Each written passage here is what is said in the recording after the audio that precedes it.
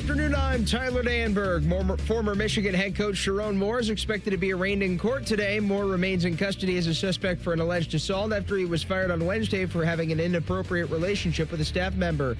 In New York City, Ohio State quarterback Julian Sayin seeks to become the program's 8th Heisman Trophy winner Saturday night. Sayin on what this year's been like this morning on Bishop and Friends. Yeah, I think I've been surrounded by just great people. You know, being at a school like Ohio State that just has great people around you and has a great team around you, has great coaches. It's been a blessing. Saturday's ceremony starts at 7. NBA tonight, Cavs visit the Wizards at 7. This update sponsored by Green & Sons, family owned and operated for over 45 years. Find your next Kubota tractor at Green & Sons, located in Mount Sterling and north of Marysville and Raymond. Coming up on Rothman and Ice, ESPN's Field. Yates joins at 12:30 right here with the Fan, Ohio sports destination. It's time to add some spice to your nooner. Nooner funny. This is the place where big-time guests, bold opinions, and little cute doggies come together. This is Rothman and Ice. Sponsored by Pella Columbus, the #1 rated windows and doors in Columbus. So where's the office, back at Division? Yeah, in the office, baby.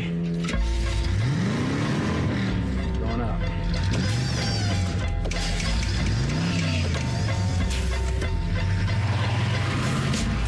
And here we go. Welcome in to another edition of Rothman and Ice. I'm Matty Ice, and in the house today, filling in for my guys, is Jacob Reimer. Rhyme time on the board for TLC. And to my right, DT, a.k.a. Dylan Tyrer, back in the building. DT, good to see you again. Happy holidays. How you been, big dog? I've been really good. It's great to see you again, Matty. It's been a while since you and I chatted, so I'm fired up to chat. We've got so much good NFL stuff to talk about. Obviously, the goings-on in the state up north.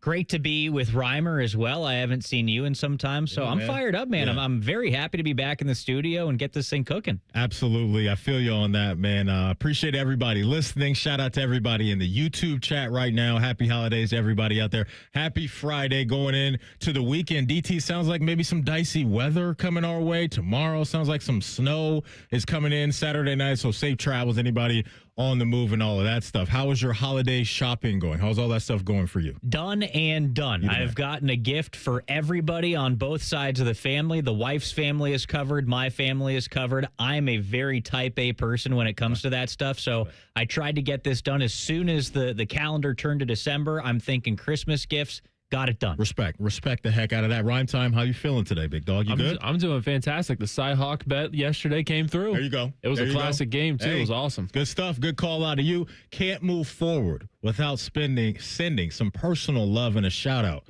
to my mom, Mama Hayes. It's her birthday today, so I love you, Mama. Gave her a call this morning. I know she's on the move, going to Baltimore to hang out with her sister and all that stuff, but Mama Hayes, love you from the bottom of my heart. So let's all send some love to Mama Hayes. Clap it up for Mama Hayes. It's her birthday today.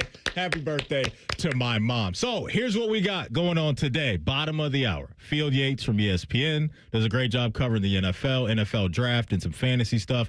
We'll pick his brain about his latest mock draft that he had released the other day. Some Buckeyes very high up in that one. Brenden Deeg, we'll talk all things NFL with him at 1:30. And then at 2:30, Adam Jardy, who does a tremendous job covering Ohio State basketball for the Dispatch, will join us to talk about the Buckeyes, where they are, and what's ahead for them this weekend. If you miss anything from our show, don't worry. You can always catch up wherever you get your podcast. All you have to do is type in Rothman and Ice. Everything we do from noon to 3, we'll be waiting there for you. Subscribe to the podcast as well. And the wonderful folks at Bet365 are the sponsor of the Rothman and Ice podcast. DT, we had a day in here yesterday. There was a little something going on up there in Ann Arbor. And, it's just a wild story that has just revealed itself coming out of their neck of the woods that involves Sherrone Moore. Before I hit you with some of the latest details, just paying attention to some of the things that were happening yesterday and just how serious some of the details were, and just the football part of it we can get to. But what were your just overall thoughts on the Sherrone Moore situation and currently where this Michigan football program stands? Well, it's almost unbelievable, right? And how quick it happened. You're thinking this guy's life has fallen apart in a matter of 5-6 hours here. And, the first few things that you hear, an affair, an inappropriate relationship, purely football, that's something you can overcome, right? Like, he could probably get another job down the road, work his way back up. But then some of this other stuff comes out where he's being arrested. There are charges. He's being arraigned today, right? It's like, oh, you threw your life away. Yeah. It's shocking. It doesn't make a whole lot of sense. And now, I know there are some questions out there. Did Michigan know about this? I know there were several investigations into Sherrone Moore leading up to this. The first couple, they apparently found nothing. So just a lot of question marks, man. I'm very curious to see how this all unfolds, and the more stuff that we do learn, it's going to make a heck of a documentary someday. But football-wise, Michigan might come out of it with a better coach. We'll get to that in just a second, because I want to play a clip for you guys from Josh Pate, who does an awesome job covering college football, and he threw out a name that I didn't hear yesterday. There was a lot of Kalen DeBoer floating around yesterday, and people kind of tying Kalen DeBoer back to Michigan. I want to get your take on that as well. But some of the new nuggets that I saw last night into the morning that we didn't have yesterday was, according to sources, some people within the program and prominent donors told Ward Manuel, the AD, about Sherrone Moore having some serious mental health issues. And they also say that the source said the latest investigation was the third one involving Moore over alleged conduct with women. And so this wasn't the first time. It seems like he's been going down this road before, and it sounds like somebody just got to a point to where they just had to release all this information to the university, law enforcement, whoever it may be, and how all of that worked. But to your point, just an unbelievable situation, and just a horrible, horrible look for a guy that got granted a great opportunity at one of the most prominent programs, not only in the conference, but in the country, and completely flushed that down the toilet. And so how they recover is going to be fascinating to see. And I think they got to move quickly. So I want to play this for you from Josh Pate. He was on Get Up this morning, and here was a name that he threw out that's not Kalen DeBoer, and a guy that maybe we should keep an eye on. I feel kind of strongly about this, that job looks tailor-made for a guy like Kenny Dillingham. I know other names will be thrown out. I'm telling you, Kenny Dillingham, for most college football fans, is a guy who they've heard sound bites from. He's the guy that took Arizona State to the playoffs last year. Oh, he's that guy Cam Scadaboo played for. Kenny Dillingham has the right mix to me of like freshness, but also really, really intense. I've watched Kenny Dillingham operate in Dan Lanning's building up at Oregon and fit in very seamlessly. But also, look what he's done with the quarterback position and what Michigan has not been able to do with the quarterback position. Look at the toughness his teams play with. I know right now they're looking around and there are other names. I don't think Kenny Dillingham's name should be too far down that list. And he's done a whole lot more with a whole lot less.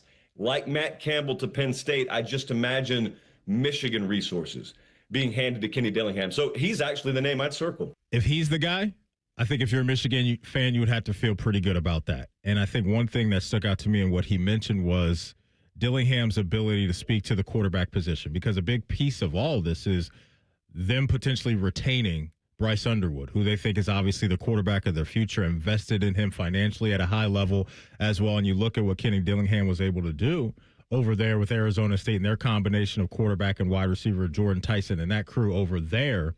That, I think, would be something that Michigan fans would be in on. What did you think of what Pate said and possibly Kenny Dillingham being the guy? I find that extremely intriguing. And if I were a Michigan fan, I think I would be thrilled with that, given, where the coaching cycle is right now. It feels like everybody's been hired. That's got to be your first thought as a Michigan fan, right on top of, oh, my God, I can't believe this is all happening. It's like, who are we going to get now? All these teams just hired coaches. Like Penn State was getting clowned for not making a hire, and it turned out they made a pretty good one in Matt Campbell at the end, or at least what felt like the end of the cycle. Kenny Dillingham going to Michigan as an Ohio State fan, I think you're pretty comfortable where you are, but you're thinking, okay, that's a guy that's done something. That's a pretty good coach, and he's going to put them in a good situation. No matter who it is for Michigan, I think you have to get a builder, right? And maybe we're moving on from this Sherrone Moore conversation a little bit too soon and already forecasting who's going to coach at Michigan. But if we're going to do that, I think you have to get a builder, right? Because it's like, where are you going to go from here? Sherrone Moore, like you kind of talked about, happened into that job. I don't necessarily want to say lucked into that job, but kind of did. Yeah. where do you go from here? You got to build. You have to build, and you look at a guy, to your point, that built something at a program that doesn't, to me, have the same resources that Michigan would have. Not even close. And so when you have Sam Leavitt, who is in the transfer portal, correct? Sam Leavitt's in the transfer portal. Announced himself into the portal. So let's say there's a world where Bryce Underwood leaves to go to LSU. You make this hire, that guy's probably going to follow him, and that's a way maybe you could hit the ground running. But they got, to your point, so many things to work through, so many legal things to work through. What do the finances look like with Sherrone Moore and all that stuff, and how much they may have to pay him, or maybe they don't have to pay him anything? It's all messy up there in Ann Arbor. And so I just wanted to bring that to the table because it was an interesting name. Look, if you get Kalen DeBoer, I think you got to feel good about that too. I just don't think he's leaving Alabama. I think where they are now in year 2, I think everybody involved should feel pretty good about what he's doing down there in Tuscaloosa. Yeah, I'm with you there, where the name Kalen DeBoer has come up. Like Marcus Freeman came up at the start of all this, too. I'm like, why would Marcus Freeman leave Notre Dame to go to Michigan? The Kalen DeBoer thing, too, maybe if this were earlier in the year when things were really going bad at Alabama and people were like, okay, Kalen DeBoer's on the hot seat, but I think he's calmed things down enough there. They ended up making the college football playoff. If they somehow get clowned in the playoff, maybe, but I think he's probably in a position where he's coming back for at least another year. So I don't know. I just don't see that as realistic, leaving a place like Alabama unless they've had enough there. But I think getting into the playoff probably saves you. I agree. I'm with you on that. Coming up next, Julian Sayin, your quarterback one. He joined the gang on Bishop and Friends this morning, and he talked about the impact that Will Howard had on him. We'll get into that and also the Heisman ceremony that's tomorrow as well. It's Rothman and Ice right here on The Fan. Have you already started your tailgate? Us too. It's Football Friday. Sponsored by Tansky Sawmill Toyota. Your home of the Buckeyes, The Fan. Everyone deserves a great car, regardless of credit. At Capital Ford of Columbus and Whitehall, we say yes to all credit types. Explore our selection, get financed in minutes, and own the road. Stop in today or visit us online at capitalfordofcolumbus.com. 1877 Cars for Kids. KARS Cars for Kids. 1877 Cars for Kids. Donate your car today. Call 1-877-CARS-FOR-KIDS to reach a friendly live agent. Donation's super easy, and your car can be picked up as soon as tomorrow. Call us now. 1-877-CARS-FOR-KIDS. Donate your car today. Hurry! It's your last chance to donate for 2025. This Christmas, get a bonus AI Essentials course when you enroll in any My Computer Career IT program by the end of the year. That's a $3,900 value. Attend classes online or on campus. Enjoy lifetime job placement support and IT certifications in high demand. Go to mycomputercareer.edu today and take the free career evaluation. That's mycomputercareer.edu, an elite CompTIA certification partner. Conditions apply to AI offer, and financial aid is available to those who qualify, including the GI Bill. At Highbank Distillery, they believe every pour should tell a story. Their Whiskey War spirits tell the story of prohibition in every sip and was awarded the best blended whiskey in America 3 years running. Enjoy Highbank's nationally recognized spirits distilled right here in Ohio. Drink the best. Forget the rest. Learn more at highbankdistillery.com. Would you enjoy watching a football game if the officials were paid a bonus for every flag they threw? Or a basketball game where the refs got paid for every foul they called? Okay, how about hiring a furnace and AC company that pays its technicians by the number of parts they can sell you? Hi, this is Dennis, president of Care Heating and Cooling, and today, this is how many companies operate. They call it performance pay, and it rewards technicians by paying them more for billing you more. Why is this bad? Because it abuses your trust in a technician to be treated fairly and honestly. At Care, we've been family-owned for 31 years and have always paid our technicians by the hour for repairs. We'll show you exactly what needs to be fixed and why, and give you our low upfront cost before we start. And unlike other companies, our technicians will never be rewarded for throwing more flags. Our Central Ohio-based staff is here for you 7 days a week. Care Heating and Cooling. Book an appointment online at careheatingandcooling.com or call us at 1-800-COOLING. When you need a company you can trust. At Great Lakes Hyundai, the savings are so good. Right now, save on new Santa Fe and Tucson's with 0% financing and make no payments for 90 days. 0%. Columbus or Dublin or glakeshyundai.com. With approved credit ends 1/2/26. Your credit doesn't define your ride. Capital Ford of Columbus and Whitehall approves all credit types, good, bad, or rebuilding. Get behind the wheel today. Call 614-861-7150 or apply online at capitalfloridaColumbus.com. Hello, it's John Kozik, founder and president of TurboTrack Realty, and I buy real estate as is fast for cash. Give us a call today for an all-cash offer at 614-470-2000, 614-470-2000. I buy vacant properties, inherited homes, divorce situations, death in the family. I even buy my tenants won't pay me the rent houses. Give us a call today for an all-cash offer at 614-470-2000, 614-470-2000.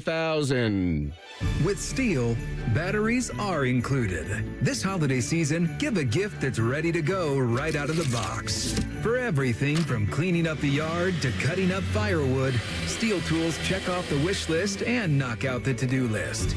And right now, buy select battery tool sets and get a free extra battery. Visit SteelUSA.com for holiday deals and gift ideas. Happy holidays from Steel. Offer valid for a limited time only at participating dealers while supplies last.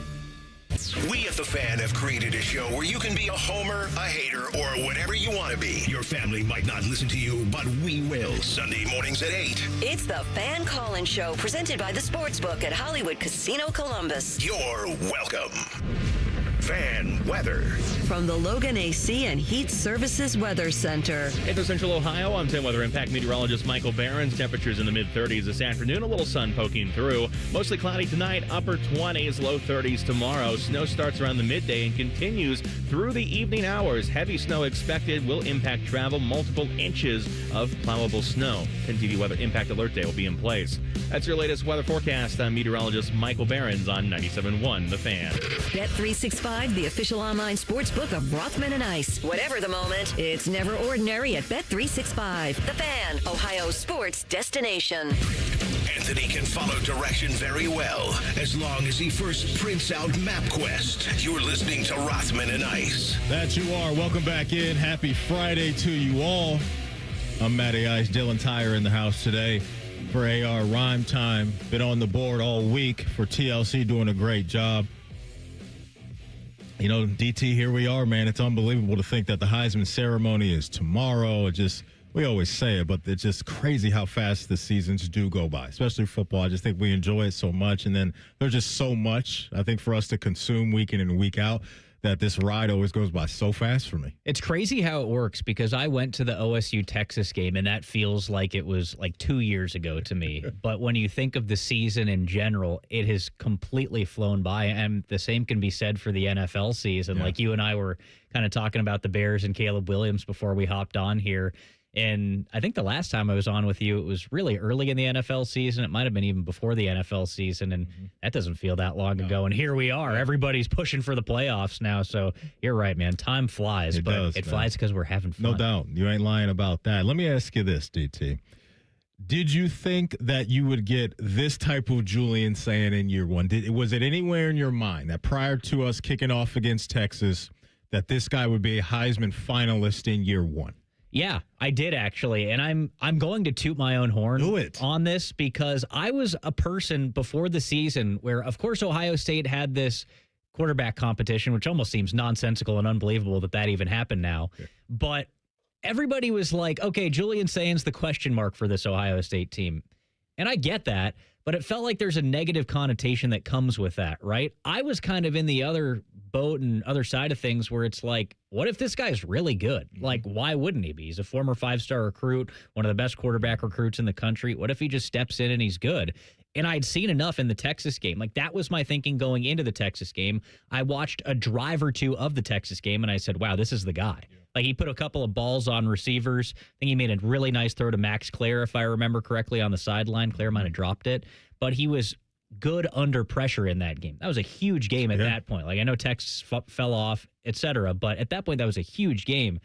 And I watched that, and I said, this is the guy. He is going to be good. He might win the Heisman this season. I'm texting my buddies, like, maybe put in a Heisman future on Julian Sayin. You were on it then. Because to your point even about that Texas game, it even felt like coming out of the game, the offense, maybe there was some training wheels just still on the offensive system. And that's totally understandable, right? For a guy in year one, that type of environment, that type of team that you were playing, but you could just feel and see throughout the year the confidence that the coaches had in him, but more importantly, his confidence was starting to grow. And like the flashes that you were talking about as far as his accuracy all year, the touch that he had, all those things started to come together. So it was really the perfect combination of a good year for the most part up front with the offensive line. And when you had that to start, and then you could go to the playmakers that we knew he had. Carnell Tate, Jeremiah Smith, we knew those guys were going to get busy. And so he had the ability to do his thing with time in the pocket, get the ball to his playmakers. But then he even showed us throughout the year, hey, if the offensive line isn't necessarily clean on every single snap, I can get out of the pocket, make throws on the run, or I can step up and deal with that pressure too. So he really started to put it all together. And then you get the game up in Ann Arbor, right? Interception early on. Yep. Buckeye fans are kind of freaking out and just saying, here we go again. He said, everybody calm down. Everybody calm down. I got it. And he went on to deliver along with his guys as well. So the guys this morning on Bishop and Friends, Uncle Bo, Ryan Baker, the great Tim May, they had on Julian Sayin this morning, and here he is on what it means to be a Heisman finalist. Yeah, it's really special. Growing up, I've always wanted to, be a part of this, and to be in New York for it. It's amazing. I think you just got to take it one day at a time. We had the loss the past weekend, and we're coming in and watch the film, and we play another game in 20 days from now. So I think it's you just take it one day at a time. But it's a great honor to be here, and I'm really excited. You can hear in there that he's enjoying, obviously, this moment, but his mind as a quarterback is probably just always working on what's next. Yeah. And, in the Michigan game, one thing that I really liked was I think it was maybe Tom Rinaldi or somebody from Fox was interviewing him on the field. And he could have easily just kind of basked in the glory of that moment and all those things. And one of the first things he said, DT, was, yeah, we left some things out there on the field. Like when you hear that from a young guy or a player in general, I love that, and especially from the leader to where he's like, yes, we did some good things. However, we can still be better. And coming out of this Indiana game, that's not only going to be motivation for him, but just for everybody involved. And it has a similar vibe to last year. Doesn't hold as much weight and kind of negativity, if you will, losing to Michigan the way that they did.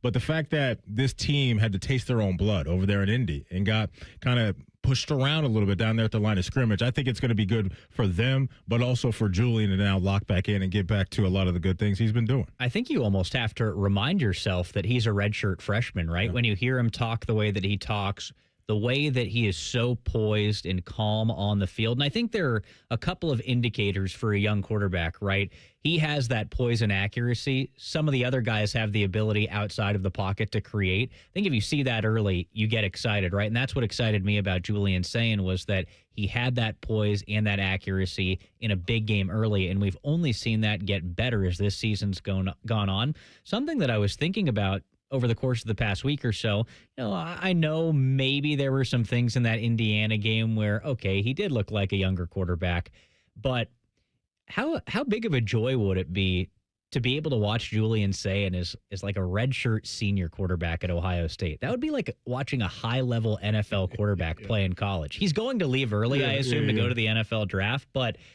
that got me thinking. I'm like, the way that this guy plays with so much poise right now, imagine him 3 or 4 years into college and what that would look like. It's almost unbelievable. It'd be bananas, man. It'd be absolutely incredible. And just to your point, even what he's going to bring to the table next year, right, with just the game and just how that's going to slow down for him and just him really knowing all the ins and outs of this offense and just the trust and probably everything they're going to have on his plate.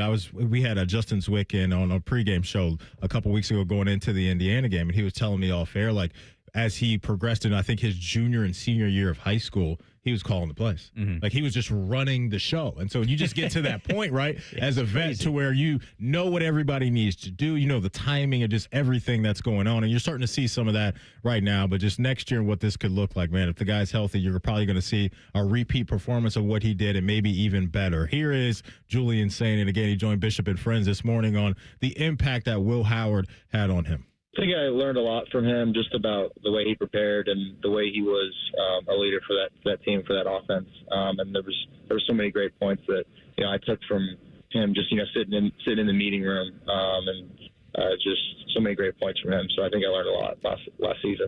It's just something you got to do, man. It's something you got to do. I remember when I first started working here.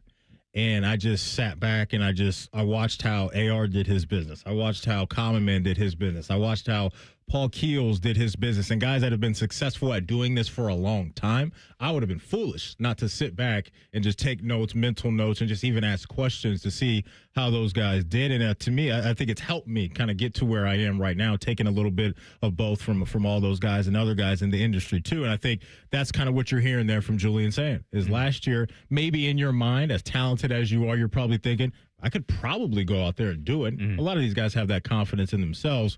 But to be able to get the work and the reps, but also see a guy, a vet, come in from Kansas State, lead a team, and when they had to deal with a whole bunch of adversity, right, and having to get off the mat and coming out of the Michigan game and making the push all the way to the Natty, I think that stuff can benefit him now because he's not the most rah-rah guy. And maybe he is behind the scenes. He just doesn't show it to us. But I think he can go about his leadership skills his own way, but also maybe take some things from Will. Well, all that stuff is so invaluable, right? And we talk about it in the NFL all the time. There's so much pressure for a rookie quarterback to play right away. And I think it's kind of similar with a 5-star quarterback, kind of. I think there's less pressure in college just because there's a little bit more of a pecking order. But at a place like Ohio State, it's more like the NFL, right? Where you might have an established guy and you're going to be playing meaningful games throughout the season. That's during the regular season and the playoff. And that teaches you something, right? I equate it to like Patrick Mahomes when he came into the league, right? They had Alex Smith in Kansas City. If you recall, they were still a good football team at that point. Alex Smith was still a good quarterback at that point. And Pat Mahomes comes in, he sits for a season, and he does all of those things that we're kind of talking about with Julian Sayin, where he had the opportunity to experience that. He stepped in, and he was ready to go. And obviously, Julian's talked about it a lot this year with Will Howard and what he meant to his development last year. I think it's pretty darn similar.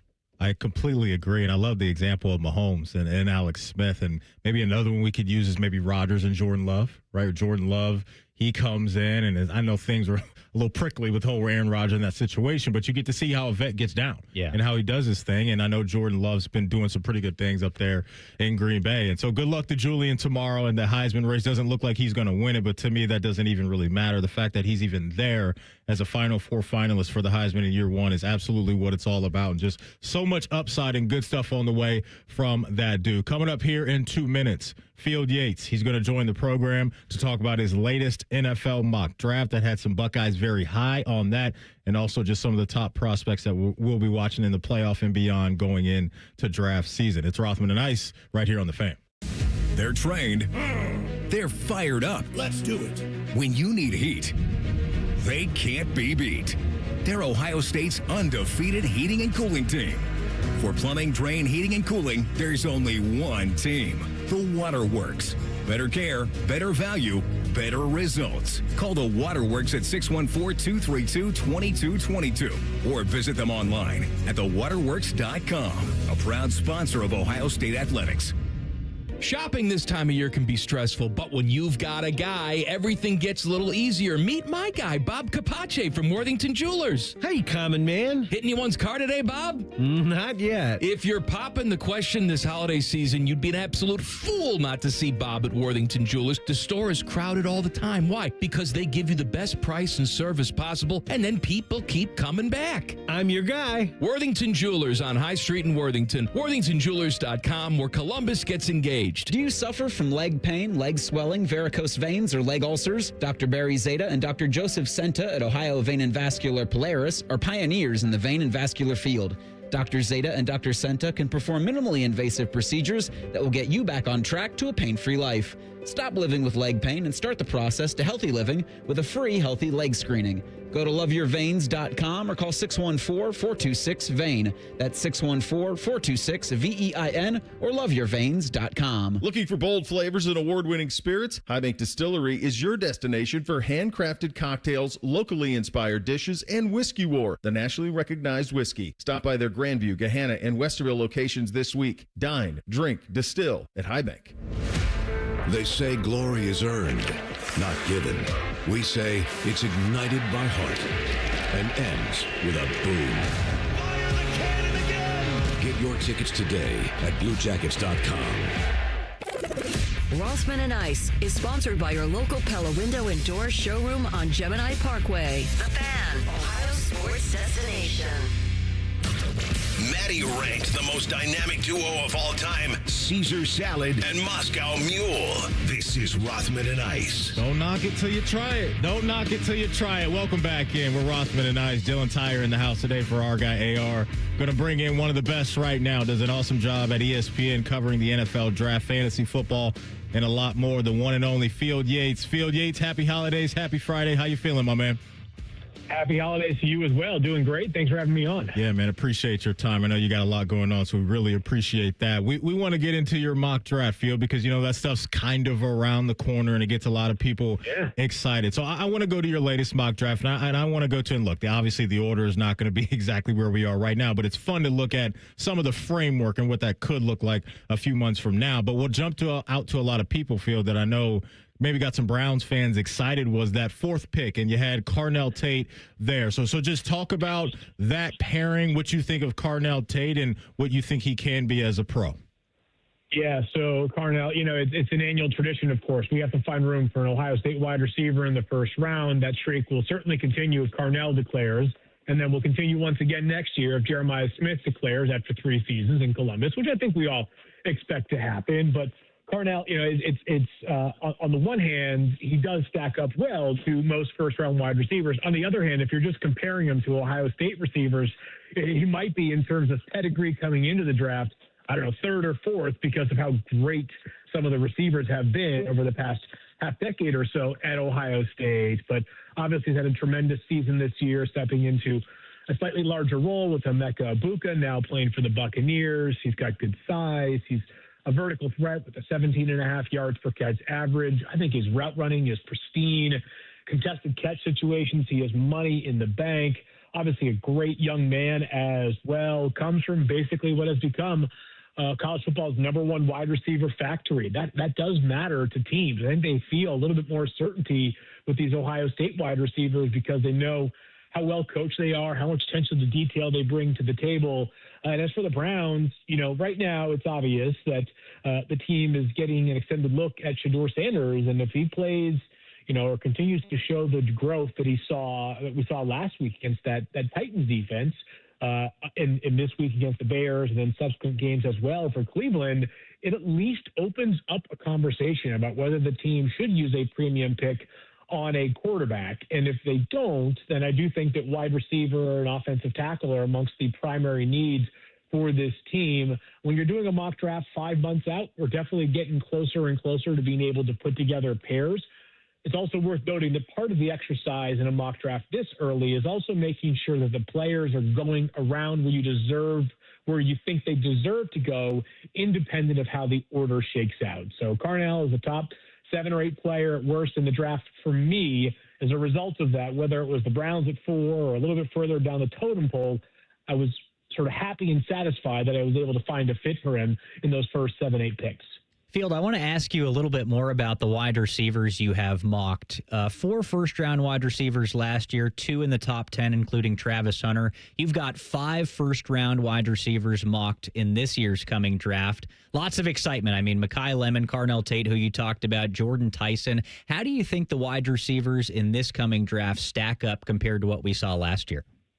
Yeah, so it's a good question, and I think that it's probably favorably. I think there are 4 first-round locks absent injury amongst the wide receivers in this year's class.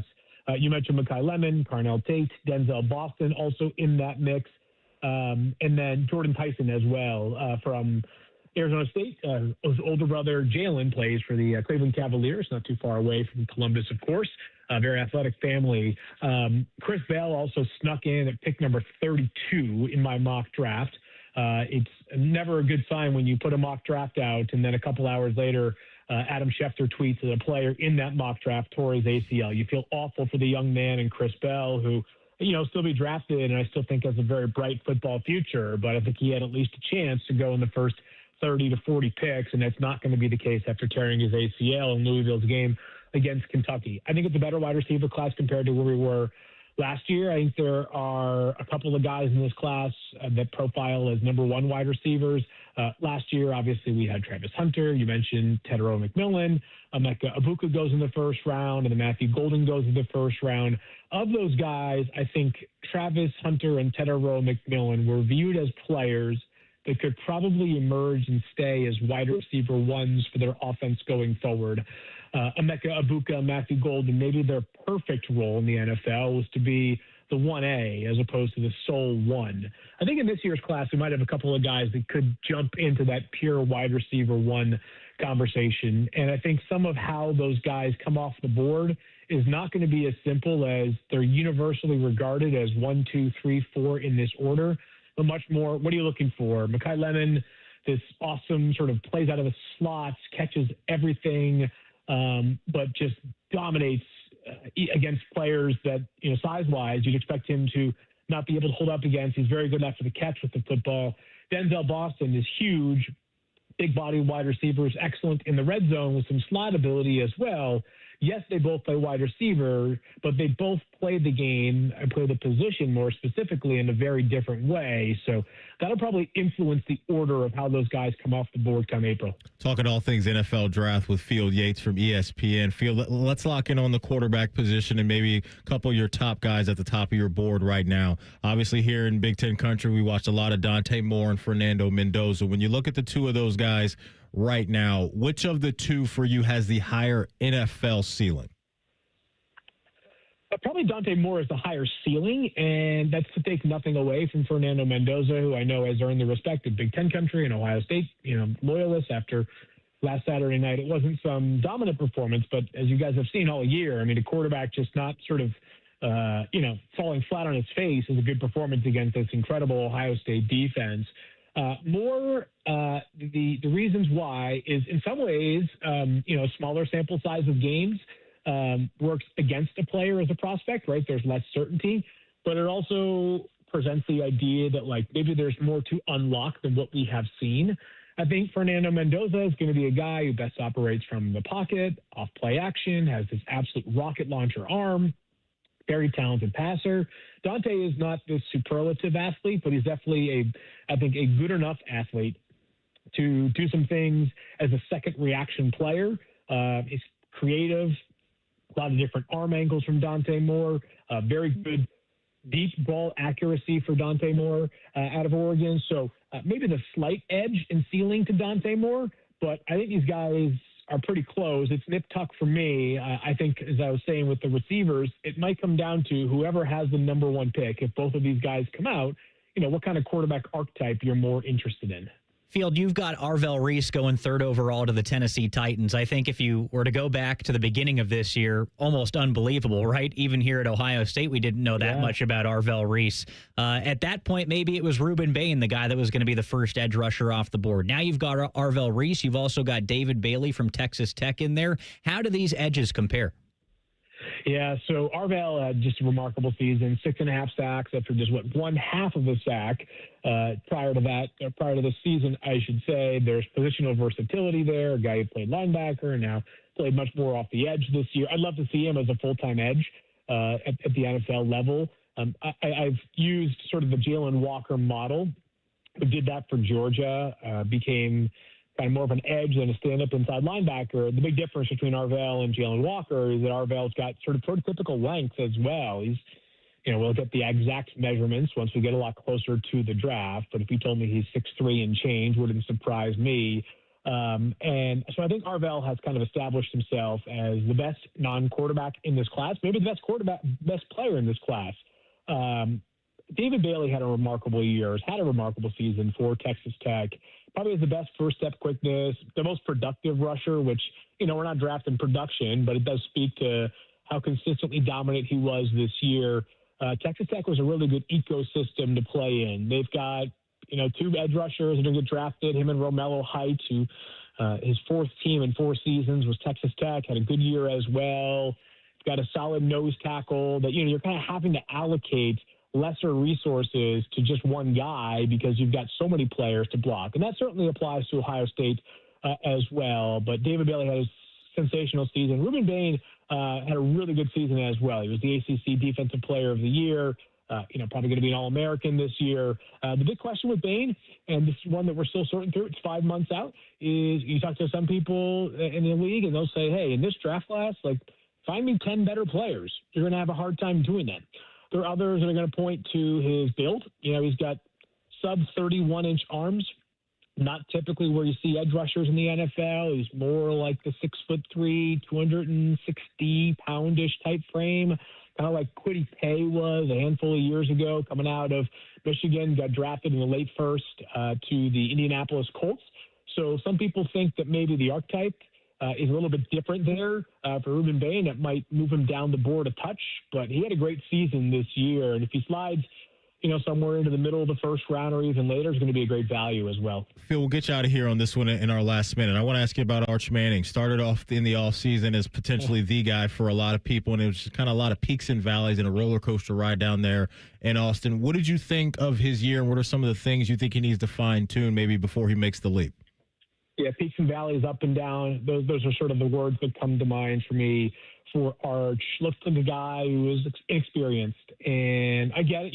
I think I probably fell or slipped on the banana peel myself coming into the season, which is that when you're doing your mock drafts going into the year, doing your ranking going into the year, you're kind of taking the bet on which guys have the most upside if they put it all together. What we probably should more strongly acknowledge when we're having those conversations in August is that very few of these guys are going to actually put it all together, right? That's what sports is all about, right? That's why recruiting class rankings don't always pan out for teams, right? Ohio State is not a perfect example to make that point, but there are plenty of schools around college football that, have done well in recruiting, and then they kind of fall flat when the games are played on Saturday. But there was some promise there from Arch. Definitely had some impressive moments. Texas won some big games, including their final game of the regular season against Texas A&M. But this year will end up being much more about a year of growth than it was a year of proving that Arch Manning is definitely the guy in this draft. I think we all agree he's going to end up in the 2027 draft as opposed to the 2026 draft. And it may be that 4 seasons in Austin is exactly what Arch needs to kind of get to or realize the potential that he I think brings to the table. But next year's draft class obviously is very compelling between him and Julian Sayin and some of the other quarterbacks around college football that had really strong seasons this year. Will be fascinating. But for now, I'm having a hard enough time just getting through the 2026 class and getting this one sized up myself. Totally get it. He's Fields Yates, does an awesome job at ESPN covering the NFL draft, fantasy football, and a lot more. Field, as always, thank you so much for your time. Happy holidays again, and have a great weekend, my man. Thank you. Happy holidays, guys, and enjoy the games next weekend. Looking forward to those already. Yeah, no doubt. Appreciate it. Field joined us via the Bryant Heating and Cooling Systems fan guest hotline. We will round out the first hour of the show with overs and unders next. It's Rothman and Ice right here on The Fan. We're the highest rated sports radio station in America. There's no joke there. We just are. The Fan, Ohio's sports destination. Millions of fans agree. This Christmas tradition rocks. Trans-Siberian Orchestra, live in concert, presenting the Ghosts of Christmas Eve, the best of TSO and more. December 23rd, 2 shows, Nationwide Arena. Tickets on sale now at Ticketmaster.com. Trans-Siberian Orchestra. A portion of the proceeds benefits the James and Heather Pick Music Program. 1-877 Cards for Kids. KARS Cards for Kids. Ready to get rid of that old car? Donate it to Cars for Kids. Call 1-877-CARS-FOR-KIDS to reach a friendly live agent. Donation's super easy, and your car can be picked up as soon as tomorrow. Call us now, 1-877-CARS-FOR-KIDS. 1-877-CARS-FOR-KIDS. Donate your car today. Hurry! It's our last chance to donate for 2025. People can't say enough amazing things about Vanscoy Hair Clinics. Men and women struggle with hair loss every day, and they completely change their lives. Vanscoy Hair Clinics is the only company in Ohio that has PRP, platelet-rich plasma, and the multi-unit hair grafting hair transplant procedure. Go to vanscoyhair.com for more info, or call 614-432-8042. Here's what some of their hair transplant clients have said. Around 26, 27, I lost lost almost all of my hair on top. It changed my life in ways that I could not imagine. My hair is going to continue growing for the rest of my life. There is hope that you can do something about your hair loss. Multi-unit hair grafting gives you 3 times more hair per procedure, saving you time and money. Hair transplants are more affordable than ever, and PRP is a fast, easy, and effective 45-minute treatment for thinning or damaged hair. Call Van Scoy for a free consultation, 614-432-8042, or visit vanscoyhair.com. That's 614-432-8042. Find out what procedure will restore your hair. Call the folks at Buckeye, night or day. Hi, this is Max with Buckeye Heating, Cooling, and Plumbing. We want to wish the community, our clients, and our team a Merry Christmas and Happy Holidays. We're incredibly thankful to serve such a great community with such an amazing team. It's an absolute pleasure. Thank you for being you. And when you need us, call 614-683-9911. Call the folks at Buckeye, night or day. Do you hate holiday pictures because of your teeth? What if a brand new smile was possible? No matter what the current state of your mouth. Welcome to Runyon Dental Group, home of the Implant and Smile Center, where gorgeous, healthy smiles become a reality. At Runyon, we've built a team of some of the most highly trained arch and implant doctors in the entire nation. This isn't an ordinary dental practice. We believe that everyone can have a great smile, including you, especially you. Your new smile is waiting at Runyon Dental Group. Care Heating and Cooling. Honest technicians, honest pricing. Call 1-800-COOLING. Skyline's Mac and Cheese 3-Way is back. This time with white cheddar cheese and creamy cavatappi pasta. Try a Mac and Cheese 3-Way with Skyline's original chili or their new chicken chili at participating Skyline locations for a limited time. 'Tis the season to not feel groggy. I know that's not how the song goes, but it's how the rush of the holidays can make us feel. Eric Reeser here and my friends at Hydrate Me Med Spa have the goods to keep you looking and feeling your best as the year comes to an end. 4 convenient locations in Central Ohio offering medical-grade IV and aesthetic treatments. If you're like me and get a little queasy at the thought of an IV, not a big needle person, I get it. But their staff of incredible certified nurse practitioners makes the process easy. Get your body ready for a successful holiday season by booking your drip today at HydrateMeMedSpa.com. Bishop and Friends. Yolanda one time wanted to wax my knuckles. Thought that was going to go south. No, my knuckles. I know, but the way that you said it, I thought it was going to go in a different way. Bishop and Friends, sponsored by Diamond Seller. Weekdays from 9 to noon on The Fan. All your favorite fan shows are available when you want them. Head to 971thefan.com and hit that subscribe button. The Fan, Ohio sports destination. Rothman and Ice presents Overs and Unders. Sponsored by the Roofing Guys. For all your roofing, siding, and gutter needs, contact the Roofing Guys at theroofingguys.com. Well, welcome back in. Dylan, I didn't know where Uncle Dom was going with that clip we heard coming back from break.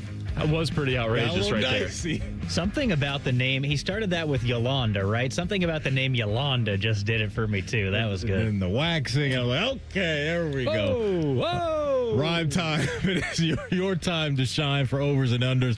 What do you got cooked up for us this week, my man? So we got the annual Army-Navy game on Saturday. You know they love the triple option. Yep. Just round and pound, run it up your gut, and try to stop us. So Army-Navy over under 38.5 total points.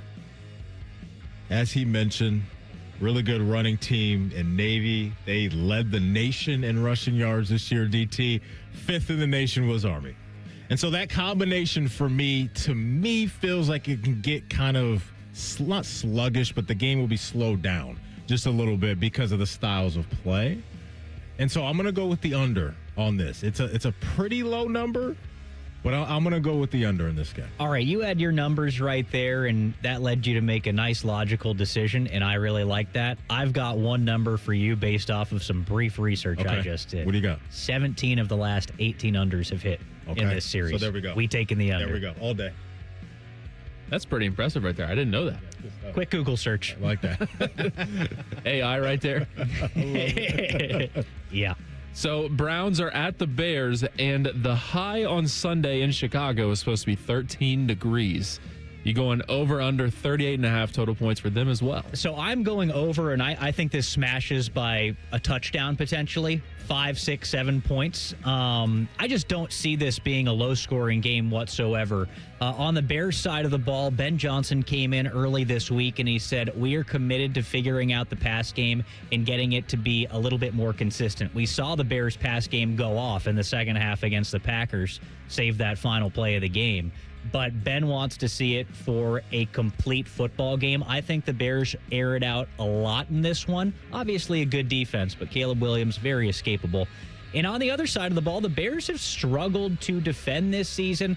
They create a lot of turnovers, but you can move the ball on them. So I wouldn't be surprised to see this somewhere around, a 27-24 finish somewhere in there, and that smashes the over. I like where you're at, DT, and I also like the combination of what you said with maybe the back end of that Chicago defense. You can get after them just a little bit, and pairing that with kind of the vibe and the momentum and I think the confidence that the Browns offense found last week going up against Tennessee, and Shedor's ability to push the ball down the field, had that nice touchdown throw to Judy, had the nice touchdown throw to Fan in there. So I think he's going to be more settled. I know there's some question marks up front with the offensive line. I don't love that. But I think everything you said about Chicago and where I am right now with Shedeur in Cleveland, I'll go wrist up and I'll go over as well. I don't know if he is officially starting on Sunday. Not yet. He's gonna, though. He's gonna. There's props out there. It's the grandpa game with Phillip Rivers against that Seattle Seahawks defense. Over under 150.5 passing yards for the grandpa, Phillip Rivers. Look, I know grandpa knows this system well, coaching up his high school team, running this exact same offense. But there's levels to this.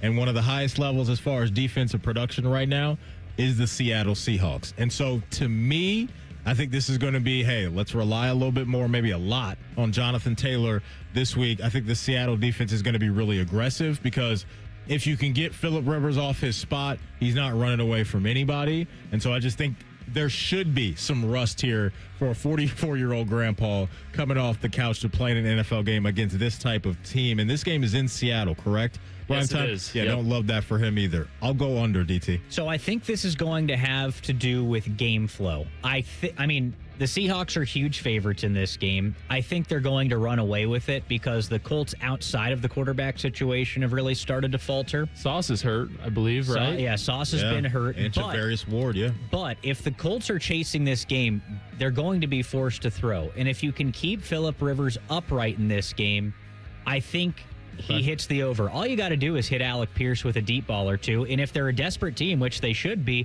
they're going to be taking shots in this one. So give me the over. Okay, I like that. What you're speaking to is my fantasy heart right there. And when you get a guy in garbage time and that wide receiver that gets to rack up some of those yards late in the game, I see the vision, DT. I like it. I'm staying under, though. That's a good call. All right, I'm trying to add one now on the fly with the beat-up secondary for the Colts. JSN over 96.5 receiving yards. Cash the over every game.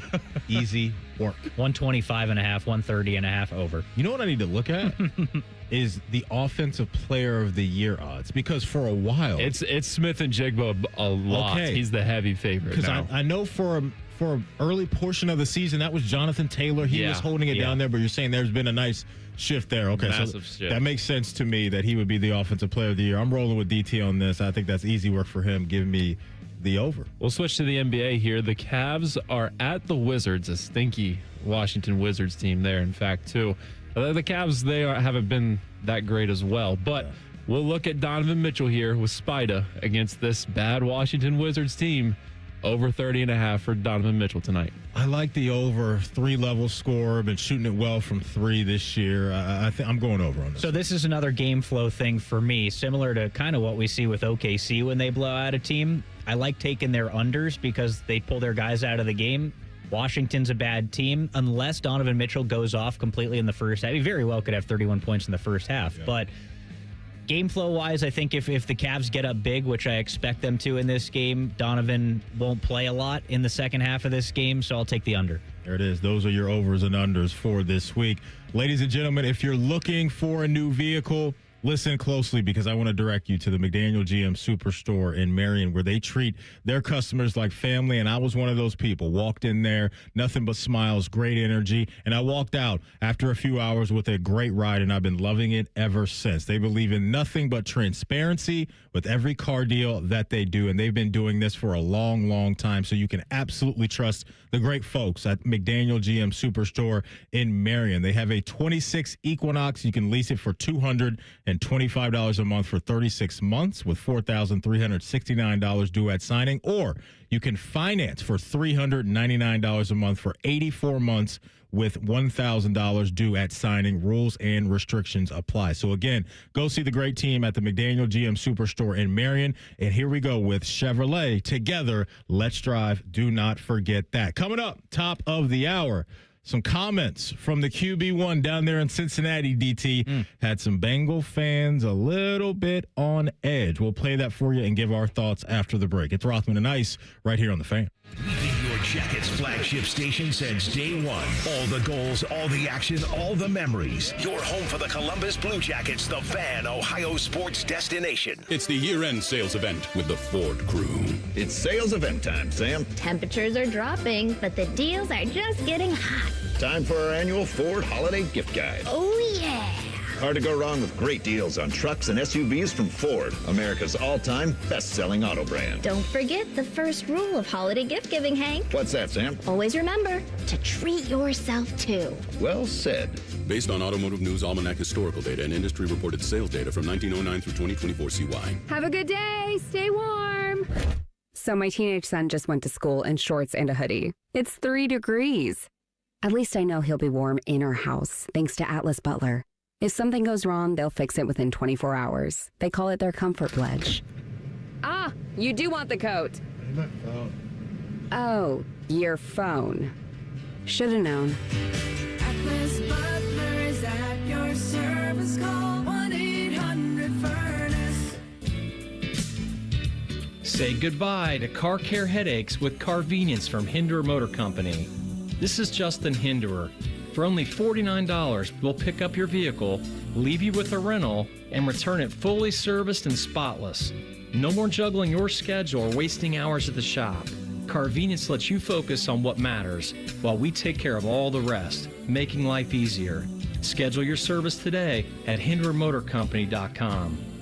Hey, everybody loves the holidays, but nobody wants to have the holidays dealing with pain, especially when you're with your loved ones. It's not your knees, your hip, your back, your shoulder. It's the time with the family and friends. All that can change, though, now in 2026. If you go see our friends over at QC Kinetics, they believe that relief doesn't just have to come with surgery or pills.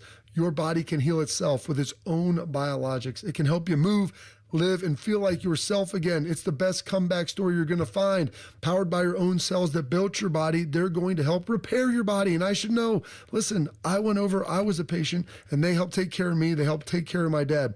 QC Kinetics delivers long-term relief, so make 2026 your turning point. Walk, hike, do the things you love to do without pain. And go and schedule your free consultation today in Dublin or Gahanna. Now is the great time to use those HSA and FSA dollars for treatment. So go to qckinetics.com/Columbus or call 380-208-4544. Twin Peaks is the best in the game. Here, your favorite drafts are poured at a frosty 29 degrees, and rare barrel-aged whiskeys are served just the way you want them. It's bigger game days and bolder fight nights. I mean, where else can you find a scratch kitchen that always comes in clutch every day from lunch to late night? Only at Twin Peaks, the #1 sports bar. Hit a home run for happy hour and ask your Twin Peaks girl about local specials on drafts, cocktails, shots, and more.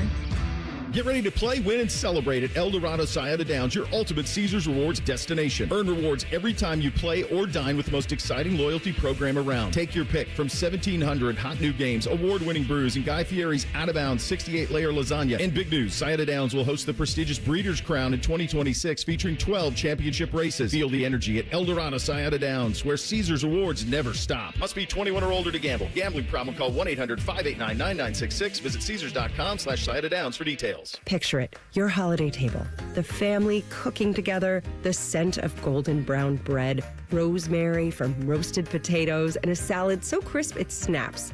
This season at Kroger, make the moments that matter possible with quality that's affordable in every aisle. Kroger, fresh for everyone. Save big on Kroger brand Hickory smoked spiral bone and ham. Just 89 cents a pound with your card and additional $25 purchase. Limit 2. Kroger, fresh for everyone. 1-877 Cars for Kids. K-A-R-S Cars for Kids. 1-877 Cars for Kids. Donate your car today. Call 1-877-CARS-FOR-KIDS to reach a friendly live agent. Donation's super easy, and your car can be picked up as soon as tomorrow. Call us now, 1-877-CARS-FOR-KIDS. Donate your car today. Hurry! It's our last chance to donate for 2025. Do you hate holiday pictures because of your teeth? What if a brand new smile was possible? No matter what the current state of your mouth. Welcome to Runyon Dental Group, home of the Implant and Smile Center, where gorgeous, healthy smiles become a reality. At Runyon, we've built a team of some of the most highly trained arch and implant doctors in the entire nation. This isn't an ordinary dental practice. We believe that everyone can have a great smile, including you, especially you. Your new smile is waiting at Runyon Dental Group. Broadcasting from the Lindsay Honda Studios. Honda makes the cars, Lindsay makes the difference. Visit lindsayhonda.com. WBNS-FM, HD1 Columbus. Good afternoon, I'm Tyler Danberg. Former Michigan head coach Sherrone Moore is said to be arraigned in court today at 1 for assault charges 2 days after his arrest. He was fired on Wednesday for having an inappropriate relationship with a staff member. In New York City, Ohio State quarterback Julian Sayin seeks to become the program's 8th Heisman Trophy winner Saturday night. He's joined by Indiana's Fernando Mendoza, Notre Dame's Jeremiah Love, and Vanderbilt's Diego Pavia as finalists. North Carolina offensive coordinator Freddie Kitchens and special teams coordinator Mike Prefer will not return next season. Both spent 3 seasons in the NFL with the Browns. NBA Cavs visit the Wizards tonight at 7. In the NFL, Jets will turn to rookie quarterback Brady Cook Sunday versus the Jaguars. With both Justin Fields and Tyrod Taylor out due to injury, it will be Cook's first career start. This update sponsored by Roosters. For every $50 you spend in Roosters gift cards this holiday season, you'll receive a $10 Roosters bonus buck at Roosters locations or at roosterswings.com.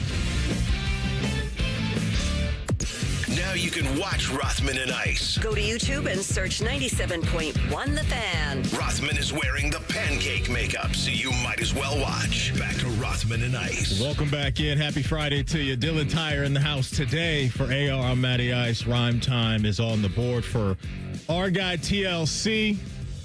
Bit of a new nugget when it comes to the whole Sherrone Moore situation. This coming from Pete Thamel. The charges for Sherrone Moore. Per the criminal complaint, there is a felony charge of home invasion in the 3rd degree. Also charges of stalking and breaking and entering. And so that obviously ain't great. And this guy is really up against it. But this whole situation, the more details that come out, there's just really, really spooky stuff that seems like that happened with he and the woman that was involved. And now we've got some of the official stuff here on the legal side of things. DT, there is a felony charge of home invasion in 3rd degree and also charges of stalking and breaking and entering. Not good for Sherrone Moore there. Yeah, not good at all. So we'll keep you guys up to date on all of that, but that is the latest coming out of Ann Arbor. Rhyme Time's got some sound from us on Joe Burrow. Joe Burrow had a rough year just, again, because of injuries and all of that. And I'm always curious, DT, of the mental part of it, right? And how that can weigh on guys because you're around professional athletes. I'm sure you've heard professional athletes talk a lot about the grind of coming back, right? And when you have to do that maybe once or twice in your career, that's like, okay, I can manage that.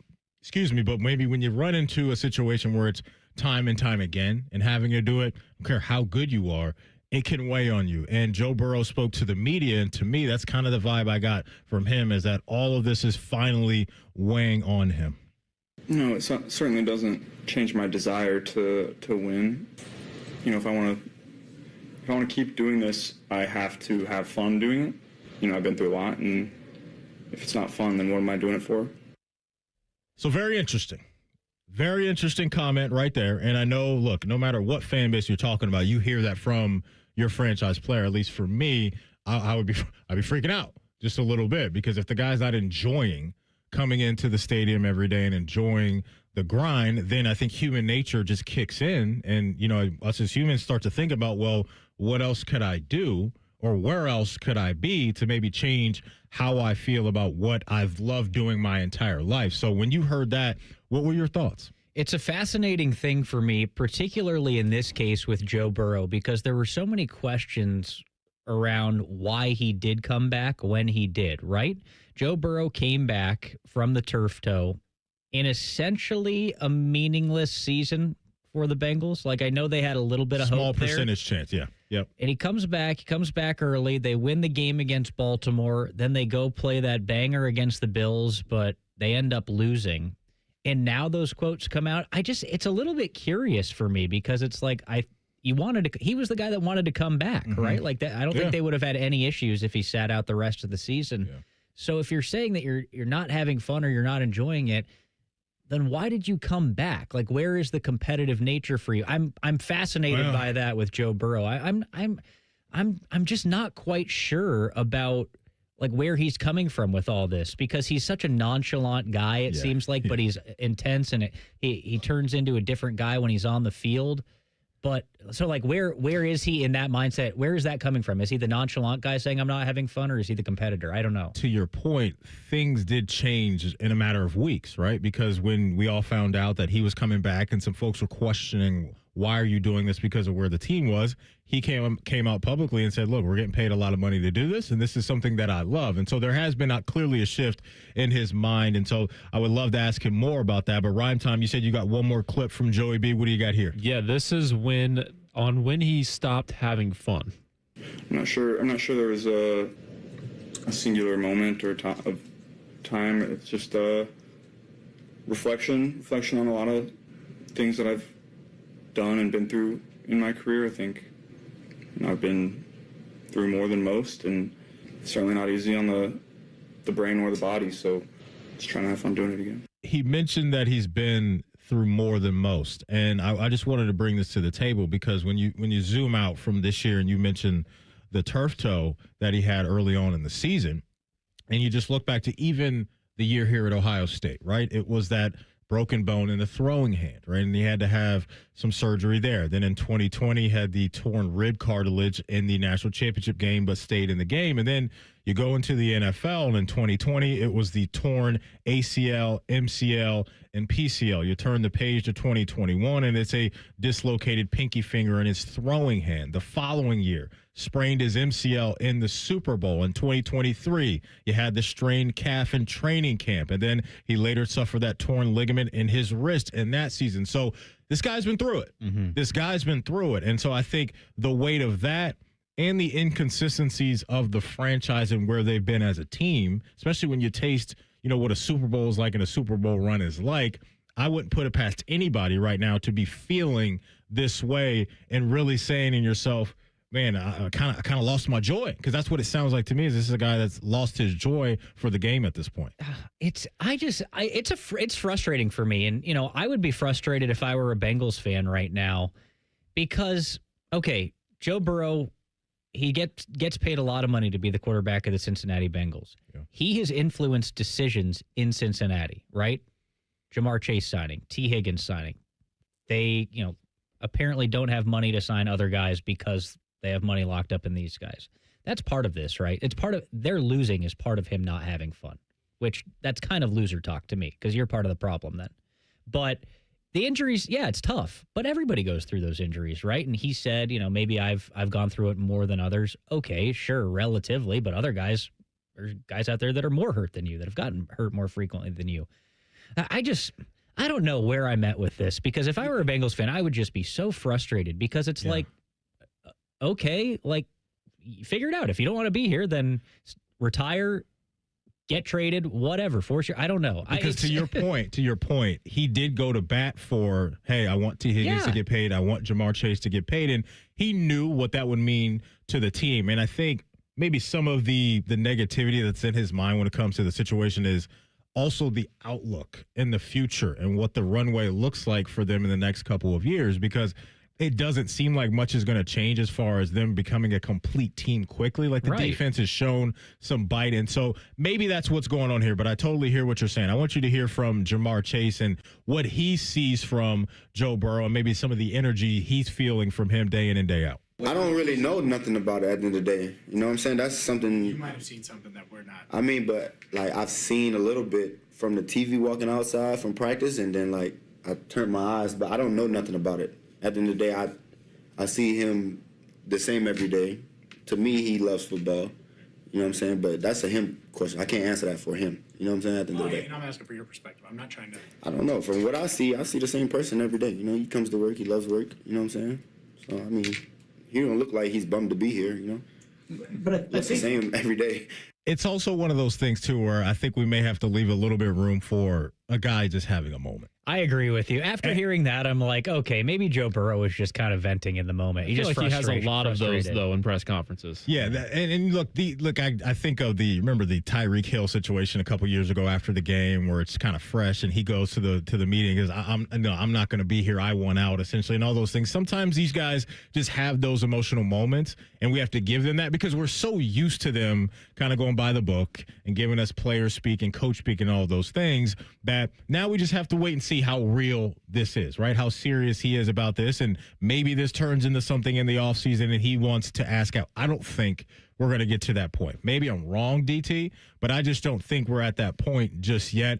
This, to me, could also be a player speaking through the media to his front office and saying, hey, what's been going on in front of me, maybe when it comes to the offensive line stuff, I'm not happy about. And if you don't get it fixed, then I might have to throw my weight around and do some things that we've seen star athletes do and ask out. But again, I don't think we're at that point. But there could be certain games that he's trying to play through the media as well. Yeah, I respect all that. And like I've said, if I were a Bengals fan here, I would be frustrated with how cryptic some of the stuff Joe Burrow has said is, and even into the past. But, you know, as a sports media professional, like you said right there, it's not quarterback speak. It's not coach speak. It's not cliches. It's blunt honesty and it's emotion. And I think we have to respect that, right? It's entertaining and it's the truth for him in this moment, right? Yeah. So while I'm kind of frustrated by it and I think it's a little bit overboard from Joe Burrow, with me saying that, I kind of respect it because it's fun. Yeah, it is fun. I want to play this clip from Kurt Warner. Here he is on Joe Burrow and maybe how many teams would be lining up to acquire Joe Burrow if, let's say, Joe Burrow said, I want out of here. I think Brock's really good, but I also do believe Joe's better than Brock is and brings more to the table. And so I think, if that were the case, you probably have 28 teams in the league that say Joe Burrow would be an upgrade at the quarterback spot, not a knock on any of these other guys. They're really good quarterbacks in this league. It's just Joe's one of the special ones. I don't know if 28 is the exact number, but I agree with him that it would be a large majority of the NFL that would sit back and say, okay, the guy that we got, is that really somebody we want to roll with? Because we've seen with our own eyes, you keep this guy upright, you got the right stuff around him, you have one of the best offensive type of ceilings in the league. He's a franchise-altering quarterback. No doubt. If he were to somehow become available, I mean, even teams with quarterbacks might be interested in Joe Burrow. You might favor him to the guy that you have, even if you have a dude. 100%. You know what I'm saying? No doubt. You're all over it, man. I completely agree with you right there. Coming up next, second segment of our second hour of every Friday show. We do Under Pressure. That is coming up next. It's Rothman and Ice right here on The Fan. Have you already started your tailgate? Us too. It's Football Friday. Sponsored by Tansky's Sawmill Toyota. Your home of the Buckeyes, The Fan. Dormar, you're kind of hero. When your furnace or air conditioner is broke, we come out that same day. Dormar, home the Tin Man. Skyline's Mac and Cheese 3-Way is back.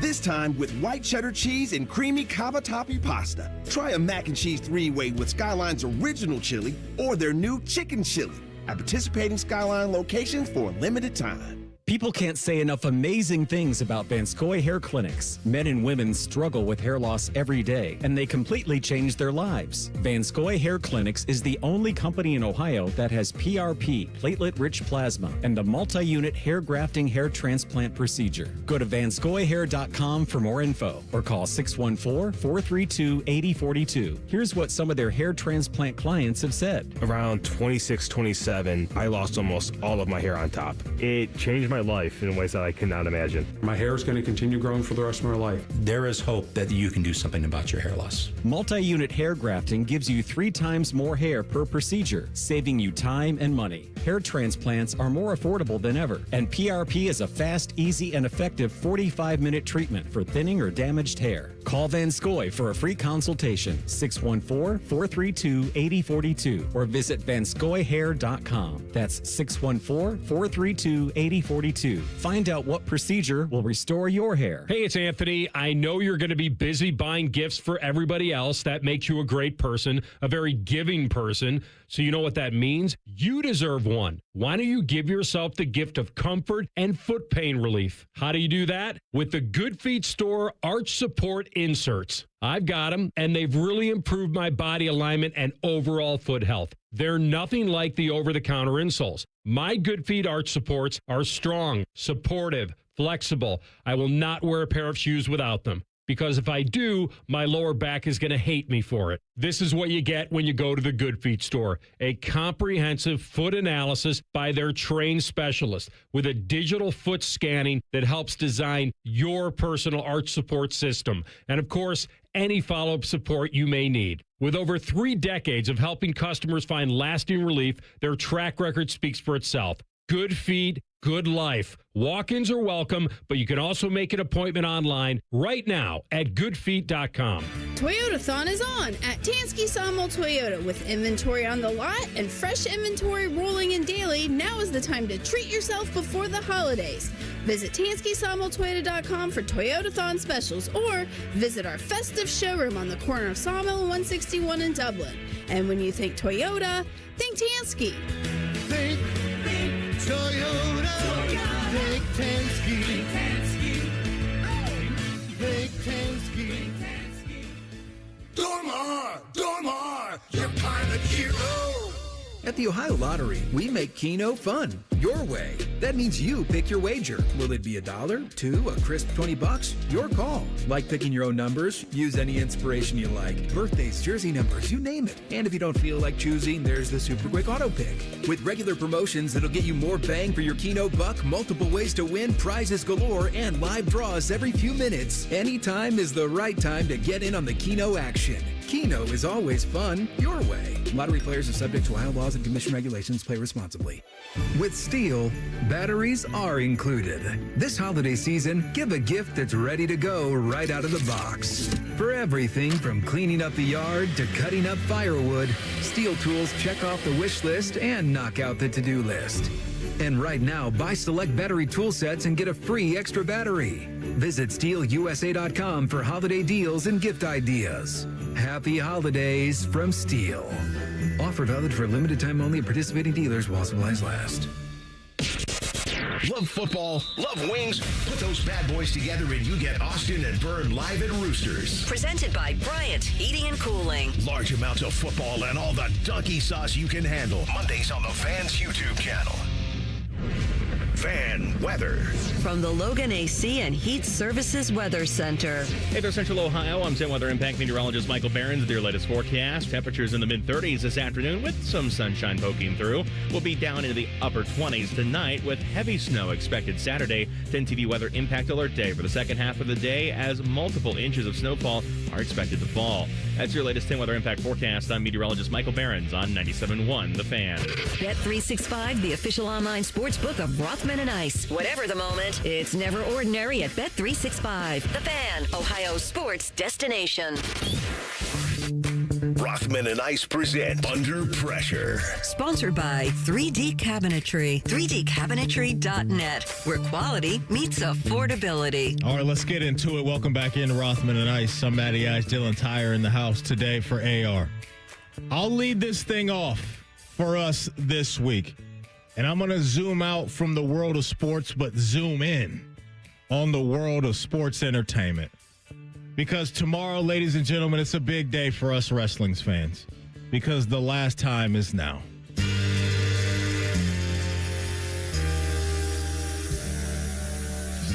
The last time is now. If you're a wrestling fan, you know what I'm talking about. Tomorrow will be John Cena's last appearance in the WWE ring. one of the best to ever do it. So I'm putting some pressure on the WWE creative team and Triple H because they got to go out with a banger. DT, there's reports out there right now, man. They don't know if they want him to start the show, to end the show. I don't know what the heck is happening. I'll be locked in. They messed up the whole Goldberg retirement match and post-speech and all of that stuff. You can't do this to John Cena. I know you can't see him, but you got to treat him right. And if you don't treat him right, I'm coming over there to give you an attitude adjustment myself. So, first candidate for me this week is WWE and Triple H. You got to take care of one of the GOATs, John Cena. The last time is now. I love that. I'm not a big wrestling guy myself, but I'm going to see it all over social media, so I'm fired up to check that out. I love me some John Cena. He's a real GOAT, right?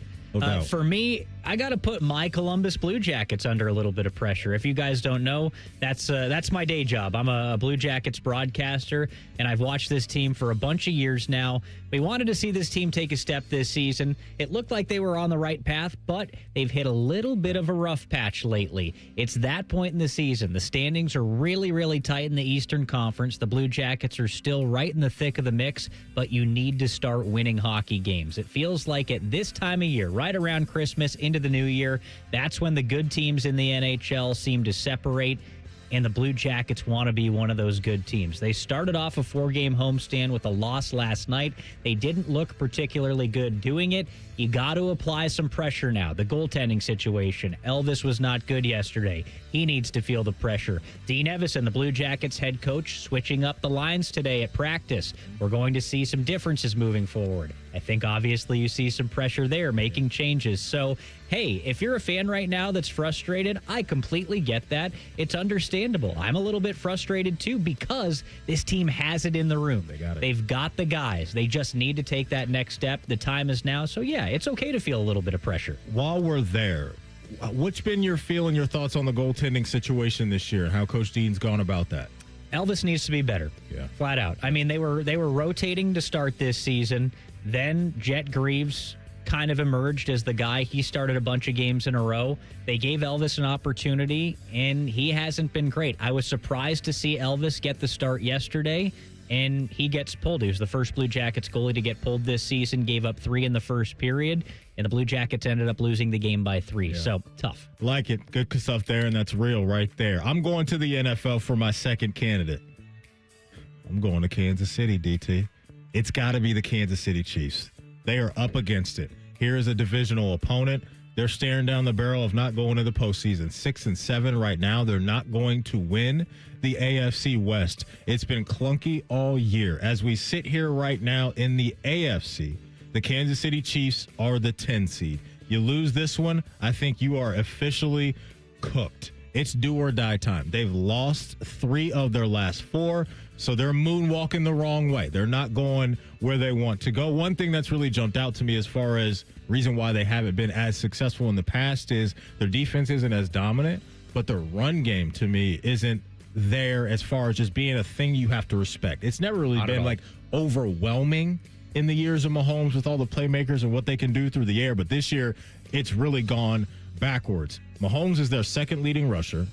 He's second on the team in rushing touchdowns. In every game this year where he's been the leading rusher, they've lost that game. And so there's just a lot on his plate right now. And then now you're going to ask him to overcome some guys on the offensive line that aren't there. The former Buckeye Simmons, he's been out of sight, out of mind. Now he's got an injury. Their backup left tackle last week tore his ACL. And so when you're dealing with Harbaugh and that defense and those guys and how they can come after you, and you're looking at the last game of your season as far as for leaving the door open to the playoffs, I've got to put the Chiefs on the pressure list because this is just something we're not used to seeing.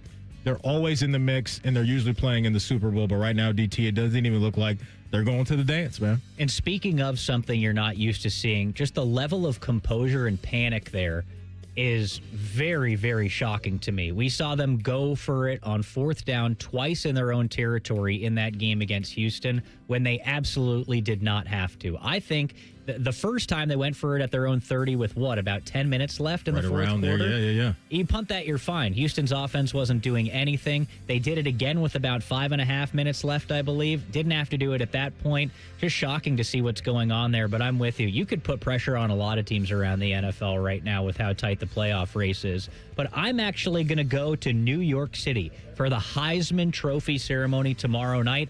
All the pressure in the world is on club promoters in New York City because Diego Pavia is in the building. Talk about it. You got to put on a show for Diego Pavia. This guy is around. Cam Scadaboo's out there. Diego Pavia's out there. Theo Vaughn's out there. Diego Pavia is a man about town. This guy is everywhere. Yeah. He might be at this WWE event. Who the heck knows? But those club promoters, you got to be, it's dialed up right now. You need Pavia in your club this weekend. He'll have the house rocking. That is for sure. Mm-hmm. One of the great, I think, characters of the sport. Get the chrome hearts on. Let's go. Yes, Let's I'm hit here the for club. that. I love it. Last candidate for me. Rhyme Time kind of touched on this team at overs and unders. It's the Cleveland Cavaliers. I mean, we're sitting here in the middle of December, and your Cleveland Cavaliers are 7th in the East. Now, I'll give them this. I'll give them some grace. They've had some tough injury luck. However, the landscape of the East this year was supposed to be the Cavs are at worst going to be, the 1 or 2 seed this year. So 7th in the East, 4 and 6 over their last 10 games, and they got to go right now because the schedule here in the next couple weeks is going to get really tough for them. But right now, they have a chance to make up some ground. They play a combination of Charlotte, Washington, and New Orleans until the 23rd of December. But after that, it starts to get real. And it's the Knicks, it's the Rockets, it's Denver, and Detroit. So the first thing is they have to get healthy. But where we are right now, they have to start handling business against 3 of the worst teams in the entire NBA. They get healthy, getting ready for the postseason. I think they can make some noise and potentially a deep run. But right now, it's just not good enough. Donovan Mitchell's doing everything he can, but some other guys really got to start making massive leaps, and specifically Evan Mobley. We know it's there, but he's got to bring it to the table more consistently. So I'm going with the Cleveland Cavaliers to get themselves headed in the right direction because right now, the 7th seed in the East just ain't going to cut it. All right, for me, my final one, and I'm going to do a little bit of a flip of the script right here. You guys ready for this? Yeah, everybody's talking about the Colts and Phillip Rivers. I'm going to put the pressure on the defensive line of the Seattle Seahawks. Okay. If this old guy is going to be starting this game, you've got to get after him. You've got to have 5, 6, 7, 8, 9, 10 sacks in this game. You can't get embarrassed. Yeah. All the pressure in the world is on these guys up front and on that defense especially because everybody is saying, oh my God, what a joke this is that Phillip Rivers is playing. You can't be clowned if you're that defense, right? Watch him hang 30 on him. Right. You can't get clowned. You can't get clowned. Are they in a lose-lose situation to where if you dominate them, you were supposed to, but if you don't, you're getting clowned because you got chopped up by a grandpa? Or is it just because, you're sacking a grandpa, man? What is this? Yeah, I don't know. Yeah, I don't know if I would necessarily go lose because I think the expectation is there and they should win that game handily. Yeah. But, man, oh, man, if there's going to be a lot of social clips if he does anything in that game, anything good. Good. That game is scheduled to kick off at 4:25 in Seattle on CBS. Got to get eyeballs on that one. And look, this Seattle team, man, made a coaching change a couple of years ago with Mike McDonald. He was on the Ravens staff as their defensive coordinator. And I always get he and Mike McDaniel confused. It took me forever to get that right. Mike McDaniel with the Dolphins and Mike McDonald with Seattle. Polar opposite style guys. Completely polar opposite. Offensive-minded guy, defensive-minded guy. You're so right about that. But, yeah, man, Seahawks where they need to be in first place in the NFC West. And that division is popping right now, DT. You've got this Niners team that's in 3rd place, but 9-4. And so some interesting stuff for sure on the way out there in the NFC West. Yeah, I want to ask Brenden Deeg about that because that NFC playoff picture, it's kind of coming down to the Niners versus the Bears versus the Lions. So I want to see what he says. We will get into that next. DT just mentioned it. Brenden Deeg from The Score does a great job covering the NFL. Will join us in 2 minutes right here on The Fan.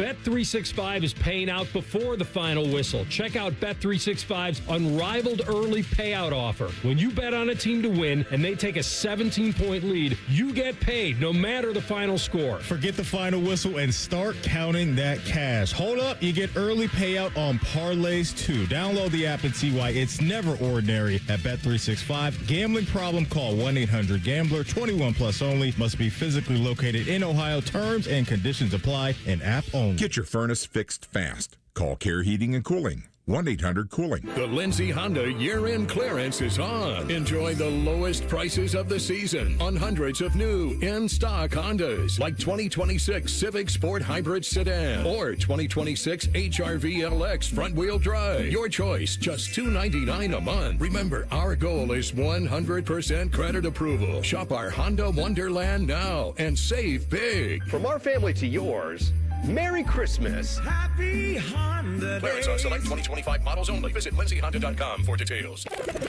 Rothman and Ice is sponsored by your local Pella Window and Door showroom on Gemini Parkway. The Fan, Ohio sports destination. Anthony once ran the table on the World 9-Ball Champion. Coincidentally, Maddie is out looking for a magic 8-ball. Signs point to this is Rothman and Ice. Welcome back in. Happy Friday to you. Going to bring on one of our favorites right now. He is Brenden. Deeg, does an awesome job covering the NFL over at The Score. And we're going to bring him now via the Bryant Heating and Cooling Systems Fan Gas Hotline. Brenden, what's going on, my man? It's been too long. How you been?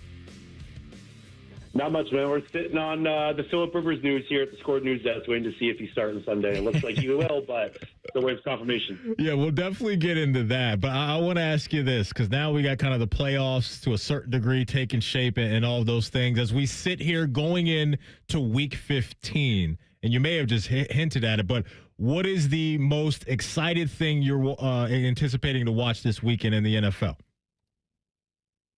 Bunch of good games. Like this is as good as a week 15 slate that any fan can ask for. Mine are going to the AFCs. Buffalo Bills, New England Patriots. These two teams played each other earlier in primetime. The Patriots won that game.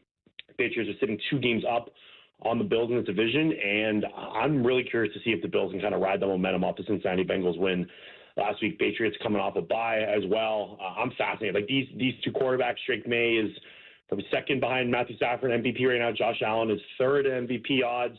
I think these are kind of two different teams as well when they played each other earlier in the year. The Bills haven't been able to stop the run majority of the year. Buffalo's run defense has been playing well. They've had the third fewest rushing yards per game over the last 3 weeks. And the Patriots' run defense has been awful over the last stretch. Like since week 9, they're 31st in rush success rate on defense. So I think it's kind of, can the Patriots get the Bills defense back to playing bad against the run, and can Buffalo take advantage of this defense that struggled kind of without Milton Williams in the lineup and some players on the Patriots side that have kind of faltered their defense a little bit over these last few weeks. So fascinated by this game. Brenden, talk to me about the defending Super Bowl champs. The Philadelphia Eagles have now lost 3 consecutive games. They're going to make the playoffs, but what is the level of panic right now? Because it feels like this team is ripe for an early exit from the playoffs. Are you sure they're going to make the playoffs? I think they're going to make it. As an Eagles fan, I'm not so sure, man. It's been a rough stretch of Eagles football for me. I've been a fan for over 20 plus years. And yeah, like you said, lost 3 straight. I think everyone is trying to find like a certain place to pinpoint or who to blame for the offensive struggles. In my opinion, it's kind of a ton to blame. Like it's not just one person or one thing that's wrong. Of course, the run game is the biggest problem. Like right now, they're 21st in EP per rush. Like last year, they were the most efficient rushing offense, first in EP per rush last year. So then when you take away the run game, then you need a great passing attack to counter that. And the passing game has not been pretty. Jalen Hurts, especially over the last few weeks, has not played well. This has probably been the worst 4-game stretch of Jalen Hurts' career, like since 2021 when he was the first-year starter to kind of start his career with Nick Sirianni when he was calling plays back before Shane Steichen took over. And I think the offensive just game planning and coaching has been poor this year. Like I was digging up some stats like throughout the week, just looking at like their hitch route rates. Like hitch routes are just like basic curl routes, stop routes to kind of open up other routes. Like they're on pace to break the record for the most hitch routes run since routes have been tracked in the NFL. The scheme is boring. Anyone that can watch his film can see that the scheme is plain as boring. Some people call it like high school offense. Like I actually did like some of the stuff they did in that Chargers game. I thought they got more crossing routes involved, and there was a lot to work with. But just like the drop from A.J. Brown for the interception, Devontae Smith falls an interception. Jalen Hurts makes that brutal read over the middle of that interception. Then that was a great defensive play by Cam Hart, but a bad throw by Hurts at the end of that game. So like it's almost like every time they take one step forward, they take 2 steps back. Great opportunity though coming up against the Raiders. Raiders pass defense has not been good this season. Raiders defense in general has not been good this season. Kenny Pickett looks like he's going to start. So this is like they have a very easy schedule. They got the Commanders twice, the Raiders once, and then the Bills in their last 4 games. So like go 3-1, they're in the playoffs, no matter what Dallas does. But like I as an Eagles fan myself and other Eagles fans, I don't know how you can be confident in this team right now. We're talking all things NFL with Brenden Deeg from The Score. Brenden, let's go down to Cincinnati because I'm sure you've heard the comments from Joe Burrow, or maybe you've just even seen the quotes where he came out and said, if I want to keep doing this, I have to have fun doing it. When you heard that, where does your mind go? Because I had a Bengal friend of mine that reached out and was kind of going down the road of here we go again, star quarterback, bad vibes. He's going to want to go out. Did it hit you that way? Yeah, like if I don't want to overreact. I know like there's probably Bengals fans listening to this too, but like kind of like a 5, like that's alarm bells be ringing everywhere. If my starting quarterback, I was a fan of a team, and my starting quarterback kind of had the comments that he had, I'd be really worried. And you know what? Like I know there's like sack numbers kind of comparing it to Andrew Luck and whatnot when he retired early. Like Joe Burrow's been hit a lot. I get that. But I think like his frustrations, a lot of them have to be kind of as well just with like the overall roster construction team built around him. Like this defense is on a historically bad pace right now. Like they are dead last success rate, dead last in EPA per play, basically dead last in any metric you want to throw it, analytical stats, whatever. This defense has been so bad. Like I do anytime touchdown picks for The Score, and like they're on like the record to break. They're on a trend right now to break like the record for like the worst defense against tight ends in the NFL. Like if you're a quarterback in this league, right, and you keep getting hurt and you keep kind of having to will your team to victory, and like you keep having to watch his defense on the other side of the offensive line not playing well, it must be frustrating. Like if you're a Bengals fan and just anyone watching, so you kind of have to understand where Burrow's head's at. Maybe he's going through stuff personally as well that we don't know about. So yeah, like my alarm bells would be going off if I was a Bengals fan. That's definitely not what you want to hear, and he's probably angry.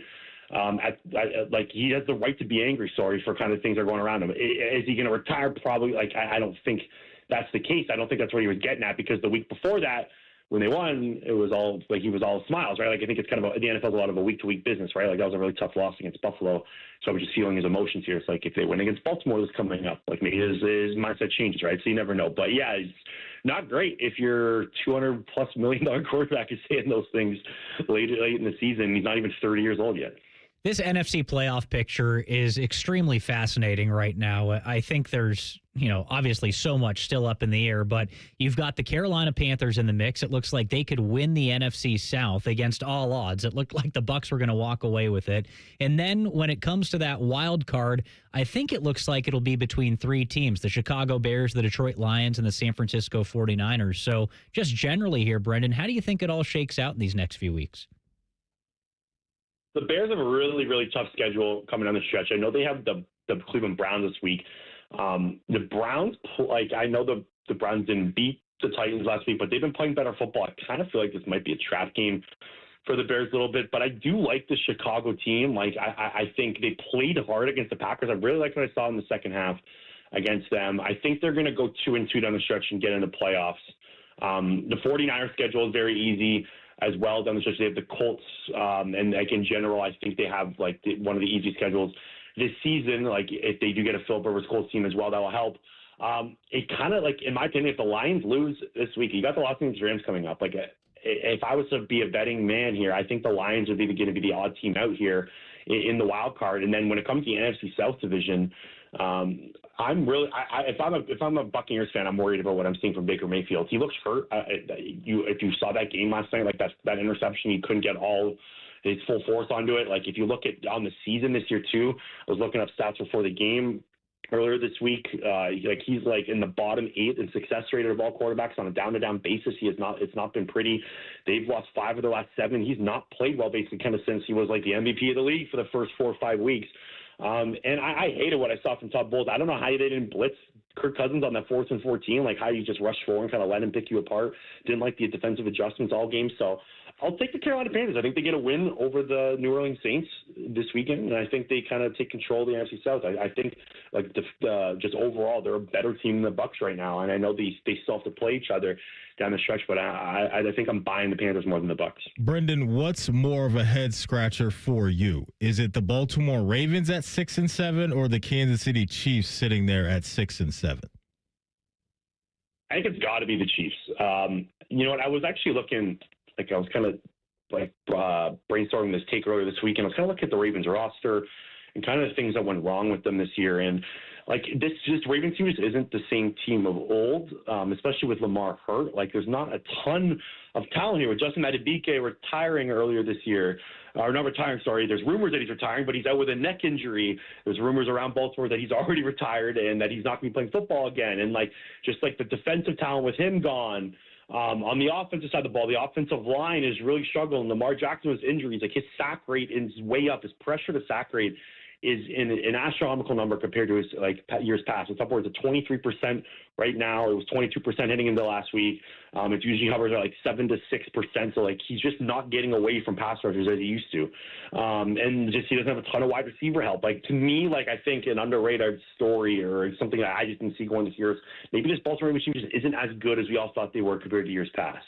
And they can't handle like Lamar Jackson injury when he's not like willing the team to victory. The Chiefs, like I'm at the point like until the Chiefs are like mathematically eliminated from the playoffs, like I'm not buying them out. Like I think they're going to beat the Chargers this week if they win the rest of their games. So I was on the Athletics playoff simulator earlier this week. If they win out, they have about a 54% chance to make the playoffs. I know that's a lot asking. Like they have to win out and they need some help, but their schedule is very easy down the stretch. I still think like if I was a betting man, I still think the Chiefs are going to squeeze in the playoffs, but they have a lot of work to do. And the Chiefs thing is just like, they went from being amazing at one-score games last year to 1-7 this year. Like it completely flipped around, and just like little situations. Like third down has been their biggest issue. Mahomes' passer rating on third down from 2018 to 2024 combined is 111. And this year it's 68. Just like little things like that. Like on defense, they're 30th in people play on third down. Like they're just that one specific down and like just a couple turnovers here and there. And the one-score games things, like their luck from like the last year completely flipped in the opposite direction instead of kind of like middling out and being the median this season. And I think that's really hurt them. So I think the Chiefs are a bigger surprise to answer your question than the Baltimore Ravens. All right, Brenden, we're talking about these teams that are surprise bad teams this year. The Ravens, the Chiefs. It looked like the Bills were in trouble for a while there. You know, the cream of the AFC right now is the Patriots and the Broncos. And maybe in the NFC, the Rams, and I'm not quite sure who else. This moment in time, who is your Super Bowl favorite? I picked the Buffalo Bills in the Super Bowl at the beginning of the year, and I'm sticking with it. I actually think there's a good chance that they can still win the AFC East. If they win this game, the Athletic playoff simulator when I was doing it earlier, they have a 71% a 39% chance, or 29% chance. Sorry, the Patriots have a 71% chance to win it. I know it's not a lot with the win, but the Patriots also see the Ravens after this week. So I think the Bills win the AFC East. That even helps them a ton. Like, look, let's say Mahomes doesn't make the playoffs. Let's say Lamar Jackson has won the playoffs. Who's the best quarterback in the playoffs? And that's Josh Allen. I think the Bills are going to be able to solve kind of the run defense issues. Ed Oliver looks like he's going to be back at some point. They get Joey Bosa back this week. The run defense has been better. I trust Josh Allen and the Buffalo Bills over any of the teams. Like the Patriots, like we still haven't seen them play good teams yet. Like the Bills, I know they beat the Bills and the Bucks, but like over a long stretch of games in the playoffs, can they win 3 in a row? I'm going to ride the guy that I thought was going to win MVP this year in Josh Allen, who still might, and the team that I picked the Super Bowl at the beginning of the year in the Buffalo Bills. I still think they're the best team, even though they're 9-4 and not in the division lead or the top spot. But it's close. Like this is as up for grabs as we've ever seen the NFL. Yeah, no doubt. Could be fun on the way down to the finish line, that is for sure. He's Brenden Deeg from The Score, does an awesome job covering the NFL over at The Score. Brenden, happy Friday, man. Appreciate your time. Have a great weekend, and we'll talk soon, man. Yeah, appreciate you guys. Enjoy the rest of your weekend. Appreciate it. Coming up next, we got a Buckeye Bulletin for you, and you'll hear Ryan Day's thoughts on potentially expanding the college football playoff even more. That's next. It's Rothman and Ice right here on The Fan. Big voice guy here to remind you that you're listening to The Fan, Ohio sports destination. Okay, thanks. I have 3 more seconds. Bye-bye. Don't let credit hold you back. Capital Florida Columbus and Whitehall welcomes all credit types with open arms. Find your dream ride and get approved fast. Call 614-861-7150 or on the web at capitalfordofcolumbus.com. Hey, what's up? It's T-Bone. The holidays are here, and if you've got a collector in your life, you have to check out Midwest Cards. Thousands of packs and boxes from Pokemon to every sport you can name. It's a full-on collector's dream. Plus, they have signed jerseys and memorabilia that'll make any fan go crazy. The variety is awesome, and the selection legendary. So swing by Midwest Cards today, grab an epic gift or even a gift card, and watch your favorite collector's face light up this holiday season. Get to Midwest Cards today and tell them T-Bone sent you. They're trained. They're fired up. Let's do it. When you need heat, they can't be beat. They're Ohio State's undefeated heating and cooling team. For plumbing, drain, heating, and cooling, there's only one team. The Waterworks. Better care, better value, better results. Call the Waterworks at 614-232-2222 or visit them online at thewaterworks.com. A proud sponsor of Ohio State Athletics. People can't say enough amazing things about Vanscoy Hair Clinics. Men and women struggle with hair loss every day, and they completely change their lives. Vanscoy Hair Clinics is the only company in Ohio that has PRP, platelet-rich plasma, and the multi-unit hair grafting hair transplant procedure. Go to vanscoyhair.com for more info, or call 614-432-8042. Here's what some of their hair transplant clients have said. Around 26, 27, I lost almost all of my hair on top. It changed my life in ways that I cannot imagine. My hair is going to continue growing for the rest of my life. There is hope that you can do something about your hair loss. Multi-unit hair grafting gives you 3 times more hair per procedure, saving you time and money. Hair transplants are more affordable than ever, and PRP is a fast, easy, and effective 45-minute treatment for thinning or damaged hair. Call Vanscoy for a free consultation, 614-432-8042, or visit vanscoyhair.com. That's 614-432-8042. Find out what procedure will restore your hair. Looking to launch a career in the skilled trades but don't know where to begin? Part-time service in the Ohio Army National Guard can help. You can kickstart your career by enlisting in one of our many trades-based jobs. Get paid to learn these skills and gain on-the-job training when you report to your unit 1 weekend a month or 2 weeks in the summer. To learn how the Guard can pay for your civilian trade certification, visit nationalguard.com/OH. Sponsored by the Ohio Army National Guard in coordination with the Ohio Association of Broadcasters and this station. Your credit, your car, our promise. At Capital Florida Columbus and Whitehall, we approve all credit types. Perfect, challenged, or none. Drive off today with easy financing. Visit today or online at capitalflorida.columbus.com. 'Tis the season to be hungry at Roosters. That's why for every $50 spent on Roosters gift cards, you'll receive a $10 Rooster Buck back in your stocking. May your holidays be filled with friends and family, love and laughter, and of course, Roosters Wings. Go to roosterswings.com today or drop by any Roosters location to purchase your $50 holiday gift cards and receive a $10 Rooster Buck in return. Happy holidays from all of us at Roosters. Roosters, a fun, casual joint. The Lindsay Honda year-end clearance is on. Enjoy the lowest prices of the season on hundreds of new in-stock Hondas, like 2026 Civic Sport Hybrid Sedan or 2026 HR-V LX front-wheel drive. Your choice, just $299 a month. Remember, our goal is 100% credit approval. Shop our Honda Wonderland now and save big. From our family to yours, Merry Christmas. Happy Honda Clearance on select 2025 models only. Visit lindsayhonda.com for details. Attack and dominate. Morning Juice is on YouTube and 10 TV Plus. Sponsored by Riverside Bank of Dublin. Join Bobby Carpenter and Tito weekdays starting at 6 or watch on demand. More Bobby, less commercials. The Fan. All your favorite fan shows are available when you want them. Head to 971thefan.com and hit that subscribe button. The Fan, Ohio sports destination. Rothman and Ice present Buckeye Bulletin. Sponsored by Logan AC and Heat Services. Don't go through another furnace breakdown. For fast, friendly service, call the experts at Logan Services now for a free estimate and next day furnace installation. All right, DT, let's get into a Buckeye Bulletin. Dylan Tyrer in the house today for our guy, AR. Coach Day got a lot going on right now, getting his team ready to go for whoever it may be, Texas A&M or Miami. That game will be down in Dallas on the 31st, so that'll be a great scene, and especially, Dylan, if it's A&M, that's kind of their backyard, man. So they're going to be feeling good about that home field advantage, if you will. But we know Buckeye fans will find a way to make their impact in that venue, too. No doubt. Who do you think it is, by the way? I haven't asked you about this. Like, right off the top of your head, do you think it's the U or do you think it's A&M? I think it's A&M. Okay. I think it's A&M because for me, I'm at a point to where I really don't know what Carson Beck's showing up to the party every week. Mm-hmm.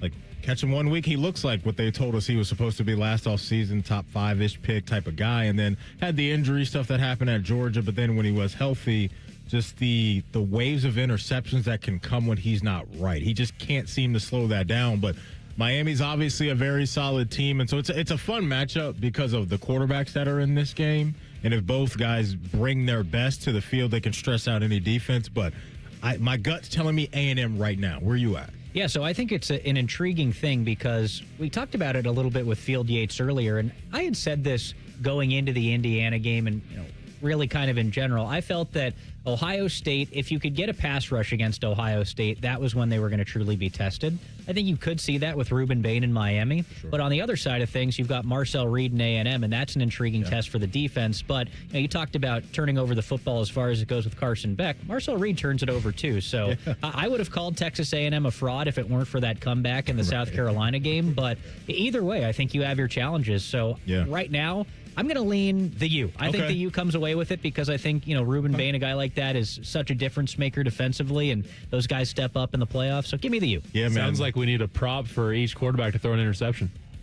You may be right about that. You can't bet player props in the state of Ohio, tough. Jacob. I'm just saying. It sounds like that'd be a banger. If you went down to Kentucky, you can do it there. You could take care of it. You could definitely do it there. So look, it should be a banger of a game. And we were talking earlier just about the path for Ohio State and just the venues that they potentially could play in. I think how comfortable the offense may be, right? If they get to go from Dallas to Arizona to Miami, you got to love that this time of year, right? Because you just never know. Some of these, I don't know, I got to go look at the weather, some of these first round matchups and what that could that have an impact. Before Ohio State, they're not going to have to worry about that. So college football playoff gets going next Friday, I believe the 19th, so that's not too far away, so that'll be cool to see. Stephen A. Smith, he had Coach Day on his show, and he asked him, as a head coach, what do you think about where the college football playoff is headed, and what are your thoughts on expansion? And here is a little bit of that back and forth. Knowing football the way that you do, how do you feel about the college playoff system? Are you good with it? Do you think there needs to be increased to 16 teams, 20 teams, keep it as it is? What's your mentality about all of that? Yeah, I like the playoff system. I think it allows your team to grow and to build as the season goes on. I think back before that happened, we played a game early in the season with Texas, and if you win or lose that game, your season could be over. I mean, maybe back in the day when there was only 4 teams, or even before that when there was 2 teams in the national championship game, your season could be over. And I don't think that's good. I think it's good when you watch your team grow and learn, and then the best team at the end of the year typically has a chance to win. So that part, watching us last year and kind of how we grew and learned from a couple setbacks, I think was a great story. And I think when you look at that part of it, I think that's great. I do think that, having conference championships, if it's going to stay kind of at this level, I guess would make some sense, because if you win your conference, then you should be in. I think you deserve that, sort of like the basketball tournament. But I would be in favor of expanding the field. And that way, to 16 or 20. I'd go all the way to 20. Yeah, I think it's good for football. I think it's good for everybody. I think you're seeing a lot of these schools opt out of bowl games, which is just not good for the sport. And I think the more teams that we can involve in the postseason, the better. You talking about Notre Dame right there? Notre Dame should be in. Yeah. Well, you can give your take on that real quick, but I also want to. I'm not in favor of expanding this thing to 16 or 20. Really? No, Okay, let's argue. My stance has always been I don't think there's going to be enough teams that are worthy of winning a national championship. And I think we romanticize a bracket and we romanticize the potential to win a national championship. And I get all that. I just don't think there's ever going to be teams deserving, or that many teams deserving, of getting there. And to me, bigger isn't always better. I was in favor of keeping 4. I was in the minority with that. I get that. I knew it was going to expand. As I sit here today, and I'm embracing already, this thing is going to expand, but I'm just not down with 16 or 20 teams. I think they should scale it back to even 8 at this point. Where are you at with this? So I'm going to go a little bit deeper into this and say, give me a BCS ranking 1 through 16, and the top 16 teams make the playoff. I'm good with that. If we're going to do automatic bids for conference champions, get me to 20 and still go BCS style, and then conference champions get the automatic bids. Okay. The thing for me is I'll counter your argument there. And when a lot of people like to say that there aren't enough deserving teams who could win a national championship.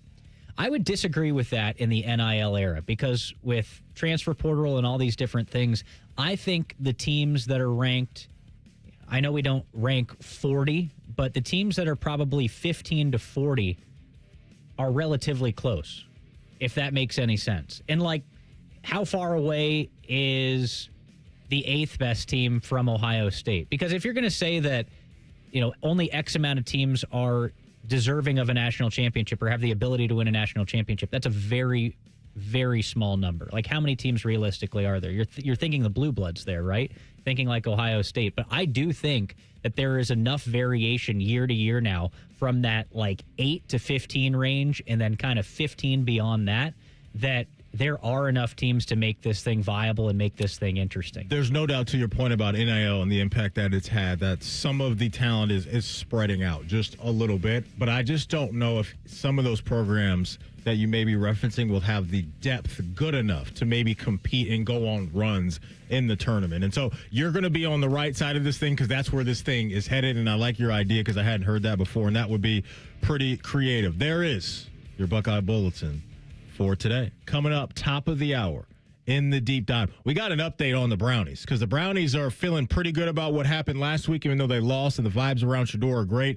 But DT's got an update on the health of the Brownies coming up next, as they're getting ready to take on the Chicago Bears, and a special interview with someone from the Make-A-Wish Foundation, and that someone is Carol Richardson, who is the Senior Director of Donor Advising at the Make-A-Wish Make-A-Wish in Ohio, Kentucky, and Indiana. AR sat down with her. It's a really cool interview. You'll hear that and our talk about the Browns and Bears next. It's Rothman and Ice right here on The Fan. Just when you thought afternoons couldn't get any dumber. You fellas been doing a bit of boozing, have you? Common Man and Tinny. Weekdays from 3 to 6. Your home for dumb. The Fan. Dormar, you're kind of hero. Listen up, football fans. You won't want to miss this. Right now, new Bet365 customers bet $5 and get $150 in bonus bets, win or lose. So you could turn that $150 into something bigger when you bet on money line, spread, totals, player props. $150 in bonus bets when new customers bet $5. I know where I'm going to bet from now on. Download the app today and see why it's never ordinary at Bet365. Gambling problem? Call 1-800-GAMBLER. 21 plus only. Must be physically located in Ohio. T&Cs apply. In-app only. 'Tis the season for making memories. Give the gift of more time together at Dick's House of Sport and join us for family fun events all season long. Plus, climb a rock wall, test the multi-sport cage, and perfect your swing in a golf simulator. And shop the widest selection of the hottest brands like Nike, FP Movement, Adidas, Carhartt, UGG, and Stanley. Unforgettable moments start here at Dick's House of Sport. Visit dicks.com/House of Sport to see what's happening this season. It's the Kia Season of New Traditions sales event. So don't just hang your own lights. Look for the Northern Lights. Drink cocoa on the beach. Or be a drive-by karaoke caroler. Because every new Kia comes with a 10-year, 100,000-mile limited powertrain warranty. So you can take holidays to places they've never been with a capable Kia SUV. And right now, get 0.9% APR for up to 60 months for well-qualified buyers and $1,000 bonus cash on the purchase of specially tagged new 2025 Telluride, Sorento, and Sportage models. Kia, movement that inspires. Call 800-333-4KIA for details. Financing for 24 to 60 months from Kia Finance. Subject to credit approval for purchase of new 2025 Telluride, Sorento, and Sportage. $1,705 per month for $1,000 financed at 60 months. $1,000 bonus cash on specially tagged models must be applied as down payment. Must take delivery by 1/2/26. Offers may not be combined except where specified. Subject to dealer participation and vehicle availability. See Kia dealer for details. Toyotathon is on at Tansky Sawmill Toyota. With inventory on the lot and fresh inventory rolling in daily, now is the time to treat yourself before the holidays. Visit TanskySawmillToyota.com for Toyotathon specials or visit our festive showroom on the corner of Sawmill and 161 in Dublin. And when you think Toyota, think Tansky. Think Toyota. Think Tansky. Think Tansky. Skyline's Mac and Cheese 3-Way is back. This time with white cheddar cheese and creamy cavatappi pasta. Try a Mac and Cheese 3-Way with Skyline's original chili or their new chicken chili at participating Skyline locations for a limited time. People can't say enough amazing things about Vanscoy Hair Clinics. Men and women struggle with hair loss every day, and they completely change their lives. Vanscoy Hair Clinics is the only company in Ohio that has PRP, platelet-rich plasma, and a multi-unit hair grafting hair transplant procedure. Go to vanscoyhair.com for more info, or call 614-432-8042. Here's what some of their hair transplant clients have said. Around 26, 27, I lost almost all of my hair on top. It changed my life in ways that I cannot imagine. My hair is going to continue growing for the rest of my life. There is hope that you can do something about your hair loss. Multi-unit hair grafting gives you 3 times more hair per procedure, saving you time and money. Hair transplants are more affordable than ever, and PRP is a fast, easy, and effective 45-minute treatment for thinning or damaged hair. Call Vanscoy for a free consultation, 614-432-8042, or visit vanscoyhair.com. That's 614-432-8042. Find out what procedure will restore your hair. Dormar, you're kind of hero. When your furnace or air conditioner is broke, we come out that same day. Dormar, home the Tin Man. 'Tis the season to not feel groggy. I know that's not how the song goes, but it's how the rush of the holidays can make us feel. Eric Reeser here and my friends at Hydrate Me Med Spa have the goods to keep you looking and feeling your best as the year comes to an end. 4 convenient locations in Central Ohio offering medical-grade IV and aesthetic treatments. If you're like me and get a little queasy at the thought of an IV, not a big needle person, I get it. But their staff of incredible certified nurse practitioners makes the process easy. Get your body ready for a successful holiday season by booking your drip today at hydratememedspa.com. You have a chance to win a beautiful new custom home or cash prize this holiday season with a Home for the Holidays raffle. And help make wishes come true for Make-A-Wish Kids. One lucky winner will be announced on December 24th, so get your $100 ticket now. Just visit ahomefortheholidays.columbus.org to buy your tickets. That's ahomefortheholidays.columbus.org. Terms and conditions apply. Broadcasting from the Lindsay Honda Studios. Honda makes the cars. Lindsay makes the difference. Visit lindsayhonda.com. WBNS-FM, HD1 Columbus. Good afternoon, I'm Tyler Danberg. Ex-Michigan head coach Sherrone Moore has been charged with third-degree felony home invasion, misdemeanor stalking, and misdemeanor breaking and entering after his Wednesday arrest. He was fired for having an inappropriate relationship with a staff member. His next hearing is January 22nd of next year. Buckeyes quarterback Julian Sayin has landed in New York City for Saturday's Heisman Trophy presentation. This morning on Bishop and Friends, Sayin said he's excited about the experience. I'm just excited to kind of experience what they have planned. I'm not, I don't have any specific things that I want to go see, but, I'm just excited to see what the experience is and, take it all in. Ceremony starts tomorrow night at 7. MLB, ESPN's Jeff Passan reported Guardians manager Stephen Vogt signed a multi-year deal before the 2025 season. This update sponsored by BMI Federal Credit Union. Enjoy rates lower than the national average, plus a special rate on balance transfers with a Visa Platinum or Visa with Rewards credit card. Most shows just skim the surface, but Rothman and I feel like the biggest story of the day deserves a closer look. It's time for a deeper dive. Sponsored by Low T Center. Low T Center, reinventing men's health care. All right, welcome back in. Hour number 3 on a Football Friday. Hope you guys are having a great day. Thanks, as always, for giving us some of your time. Bottom of the hour, Adam Jardy does an awesome job covering Ohio State men's basketball and more over at the Dispatch. He will join us because I know for a lot of you, we're in football season, rocking and rolling, but we got to check in on these basketball Buckeyes. They have a game against West Virginia tomorrow, I believe, up in Cleveland. So it'll be good to get an update from him at 2:30. Brownies coming off a game last week to where they probably feel like they should have won it. But if you're a Browns fan, maybe you're like, hey, we're good. We didn't win the game. Still got some good draft positioning with that loss. And our potentially quarterback of the future looked pretty doggone good in Shedeur Sanders. But here they are making a trip up to Chi-Town this weekend, 1 o'clock kick for that one. However, DT, you were letting me know during the break that, this is a beat-up crew right now for the Brownies. Yeah, I talked about it a little bit earlier that I like the over in this game. I think I like it even more now, checking out some of the injuries. So the guys out, Jack Conklin, Aiden Huntington, David Njoku, Dylan Sampson, Wyatt Teller, Denzel Ward, and, of course, Deshaun Watson. So those are some big pieces out. Then questionable, you've got Joel Bitonio, Malachi Corley, Mason Graham, Cedric Tillman, and Zach Zinter. So you've got a bunch of offensive linemen banged up. You've got Denzel Ward out, a couple of critical pieces to the offense, and Njoku and Sampson out. Cedric Tillman questionable. Man, oh man, and Mason Graham too on that defense. Tough. It's brutal.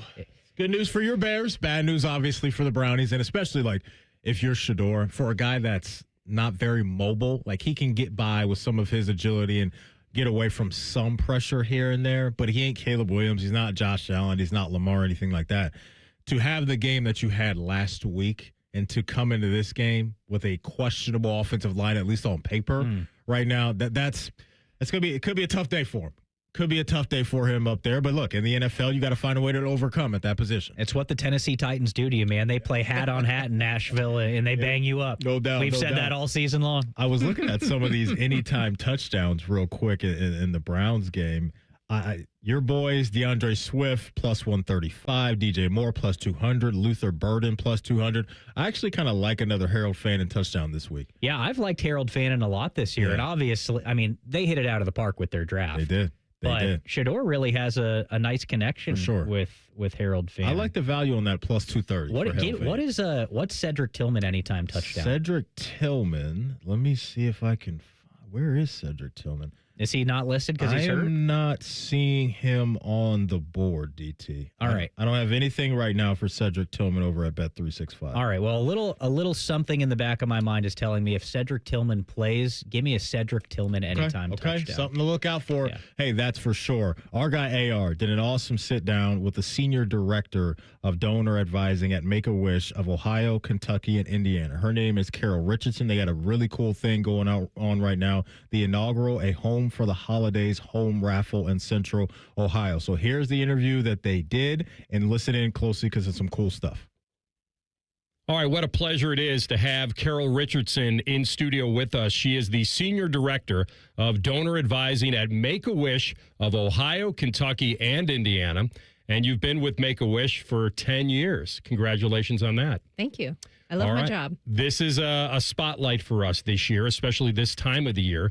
The inaugural A Home for the Holidays home raffle in Central Ohio, featuring a beautiful new home in the Evans Farm community in Lewis Center. When I saw this, Carol, I said, my goodness, they're raffling off a home and we can help kids and make a wish. It really does sound like a win-win. How special is this for you? It's amazing. I am not only an employee at Make-A-Wish, but I'm also a wish mom.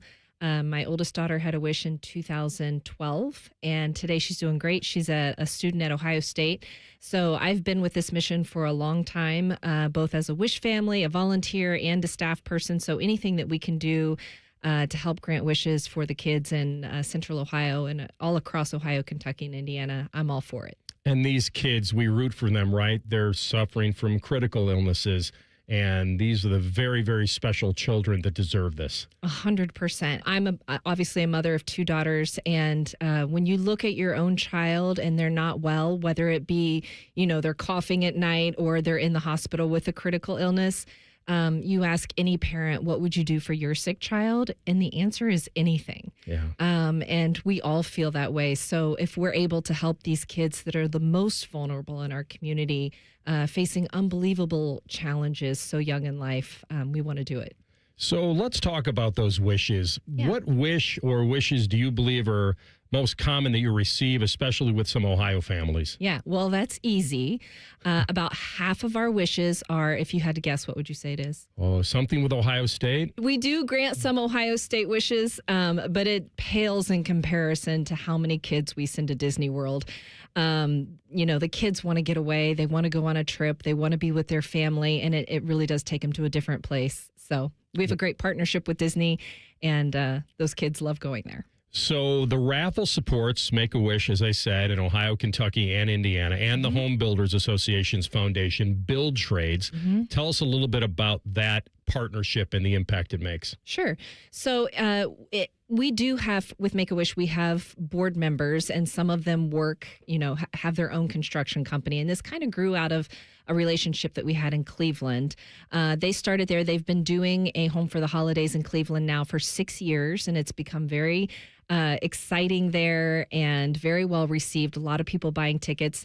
And we thought, you know what, we can replicate that in Columbus. And we're trying to get the word out there. This is our first year. We would love to sell more tickets. It not only benefits our Ohio, Kentucky, and Indiana chapter of Make-A-Wish, but it also benefits that skilled trade. We are in partnership with them so that not only can we grant wishes, but we can also help the Home Builders Association with that education and hiring of a skilled trade to do, the labor. We are with Carol Richardson, the Senior Director of Donor Advising at Make-A-Wish of Ohio, Kentucky, and Indiana. So the prize home, especially in that location in Evans Farm and Lewis Center. What stands out to you about this home? Yeah. And I think I'm going to ask you the question that everybody's probably yelling at me to ask. How much are the tickets, and will this home actually be raffled off? Yes. So the tickets are $100, and you can buy them now through this month. The drawing is on December 24th, Christmas Eve, so you want to make sure you get it before then. And the house is beautiful. I've been there multiple times. I'm actually going there again later today. If you'd like to visit, the house is open Wednesday through Sunday, 12 to 5. It is an $850,000 plus house. Because so many vendors stepped up and they said, oh, okay, this is what we would normally do. We're going to go above and beyond to do a little extra because we want to showcase what we can do, or we want to make this house really amazing. And Evans Farm is such a beautiful community. It's walkable. The trees are big. There's cute little shops and dining area. There's a workout facility, all within walking distance. It's like a front porch community. So many people know their neighbors there because they are encouraged by the setup and the architecture there to spend time outside. How exciting would it be on Christmas Day to be handed the keys to a brand new home? It would be amazing. And unless you've already answered this, or you can buy more than one ticket? You can buy as many tickets as you'd like. I cannot buy a ticket as a staff member at Make-A-Wish, but my husband can. And Beautiful. He has. So, yeah, buy tickets. Okay, good. How and where can they buy these tickets, and when will the home be raffled? Yes. Well, it's the best Christmas present because the winner will be drawn on Christmas Eve.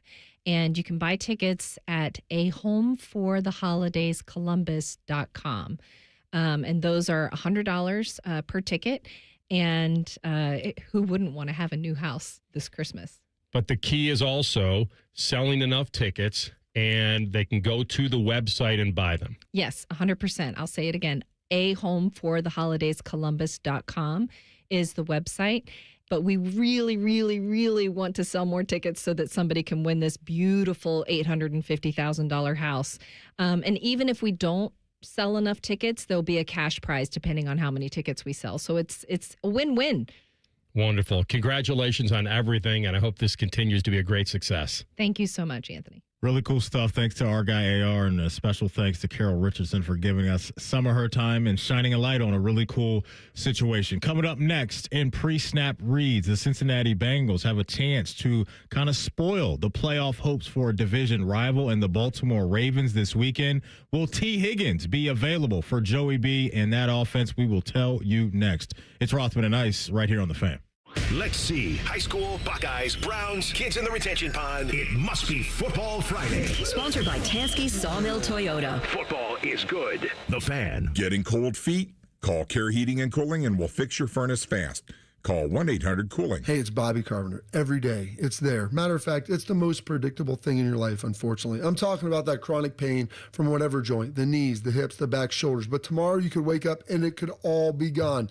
Some cases within a day because of a breakthrough treatment called stem wave therapy. Physicians in Europe, they were using it 20 years ago. Finally, it's here in the U.S., and there's a huge demand for it because patients can get relief from that acute pain, and now they're spreading the word. Here's the best detail about it. The device, it's both diagnostic and therapeutic. It helps Dr. Tesner and his medical team at QC find the problem and trigger your body's natural healing response. StemWave uses the same technology as lipotrypsy. The sound waves penetrate deep in, spark blood flow at a cellular level. You're wondering if it's a good solution for your pain? QC Kinetics is making it easy. Your first stem wave treatment is only $49.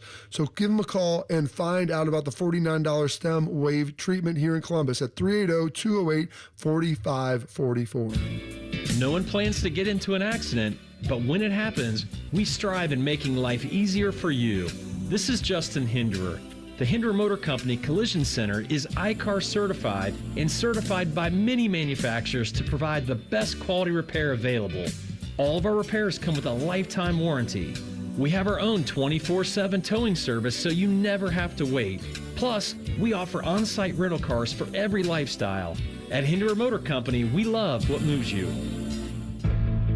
I love Right Pack Credit Union because they're solution driven. I feel valued as a member. They're focused on the latest technology and the personal connections. Experience benefits that go beyond banking with Right Pack Credit Union. Just ask our actual members. I definitely recommend Right Pack to all my family and friends as a credit union of choice. Visit one of our Columbus area Right Pack Credit Union member centers near you. Based on individual members' experiences, results may vary. Busy schedule? This is Ryan Krieger, and Krieger Ford has you covered. Krieger Ford offers pickup and delivery, or our mobile service van will come right to you. It's fast, easy, and hassle-free. Schedule your appointment today only at KriegerFord.com. Picture it, your holiday table, the family cooking together, the scent of golden brown bread, rosemary from roasted potatoes, and a salad so crisp it snaps. This season at Kroger, make the moments that matter possible with quality that's affordable in every aisle. Kroger, fresh for everyone. It's a great time to save on 2 packs of Kroger butter. 16-ounce packages are on sale for only $5.99 each with your card. Kroger, fresh for everyone. With Steel, batteries are included. This holiday season, give a gift that's ready to go right out of the box. For everything from cleaning up the yard to cutting up firewood, Steel tools check off the wish list and knock out the to-do list. And right now, buy select battery tool sets and get a free extra battery. Visit SteelUSA.com for holiday deals and gift ideas. Happy holidays from Steel. Offer valid for a limited time only at participating dealers while supplies last. I don't know what I want to do. I'm just not sure that college is right for me. Have you considered a career in dental assisting? I love my job as a dental assistant. I have flexible work hours, the money is good, and I get to work in a professional, people-oriented dental office. What I really love about my job is knowing that I give people a healthy smile. For more information about becoming a dental assistant, contact your high school guidance counselor. Or if you are no longer in school, talk to a dentist in your community or visit ODA.org. This message is brought to you by the members of the Ohio Dental Association. Morning Juice is now on YouTube, weekday mornings starting at 6. If you're a fan of Bobby Carpenter, he's ready to attack and dominate. If you're a fan of Jeff Goodoff, drive directly to a hospital. Seriously, the Fan. Fan weather.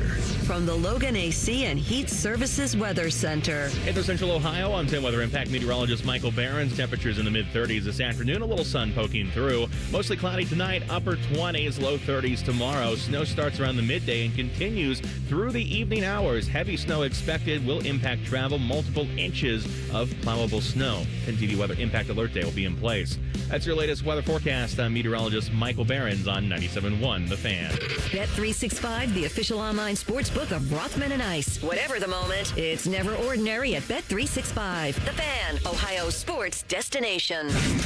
Rothman and Ice present Pre-Snap Reads. sponsored by Newman Roofing. Call Newman Roofing today at 614-NEW-ROOF. That's 614-NEW-ROOF. Or visit online at newmanroofing.com. All right, welcome back in. Before we get in to some pre-snap reads, it's time to lock in on Bet365 because at Bet365, if you're a new customer, they got a great deal waiting for you. All you have to do, ladies and gentlemen, is lay down $5 and you are going to get in return $150 in bonus bets, win or lose. So you could turn that $150 into something bigger and better when you bet on spreads, totals, player props, or money lines. Keep an eye out, folks. Look closely for those daily boosts and super boosts as well. They got some cool stuff happening over at Bet365, so get on that right now. I want to run this by you guys because I'm looking at something and I'm liking it, but I need a little support before I go all in with this. We locked in earlier a little bit on Phillip Rivers, him coming back as a grandpa, having to play against Seattle, and then we've talked about Jackson Smith and Jigba in the season that he's having, but also the Colts being hurt on the back end of that defense right now. No Sauce Gardner in this one. Their number 2 corner, Charvarius Ward, has been in concussion protocol. I don't know if he's going to be available, but I know this is his 3rd time going into concussion protocol, so that seems a little dicey there. But over at Bet365, fellas, I'm looking at 2 or more tutties for JSN, plus 450.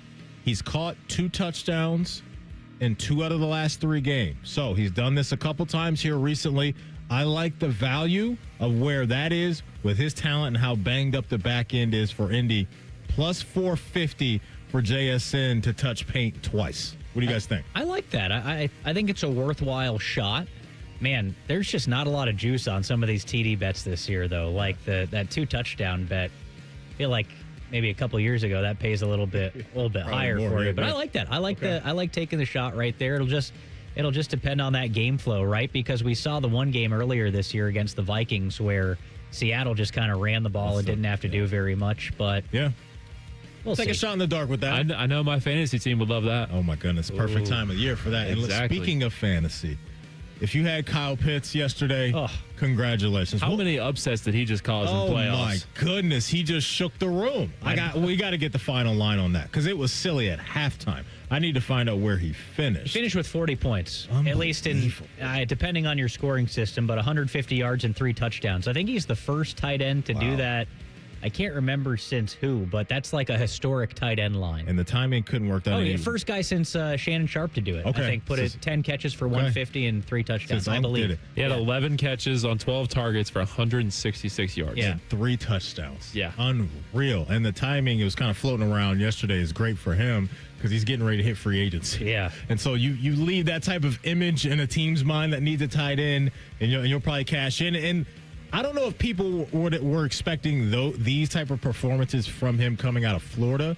But remember, people were labeling him a unicorn and the next big thing, and it's been spotty, right? His production, but he is timing this thing up really well. So, yeah, if you missed it yesterday, Rhyme Time just laid it out. This stat line was nuts for Kyle Pitts. Kirk unlocked him. There he is. He looked good.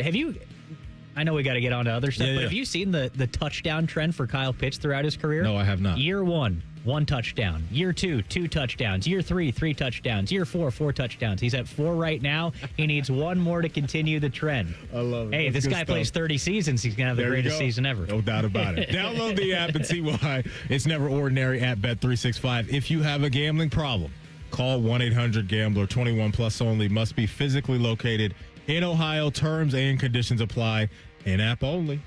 And may the odds be ever in your favor. So we were reacting earlier to the Joe Burrow comments about him essentially not having much fun right now and kind of looking around and questioning, what am I really doing this for if I'm not having fun? They have a chance to have some fun, I believe, this weekend because they're facing a division rival in the Baltimore Ravens, who they beat a couple weeks ago. And the Baltimore Ravens are hanging on to their playoff hopes by a thread here, in my opinion. And so for them, I think they'll get up for this game. The problem is they're going to be without T. Higgins again in this one. He performed well in the Buffalo game last week. I believe he caught a couple touchdowns in that one.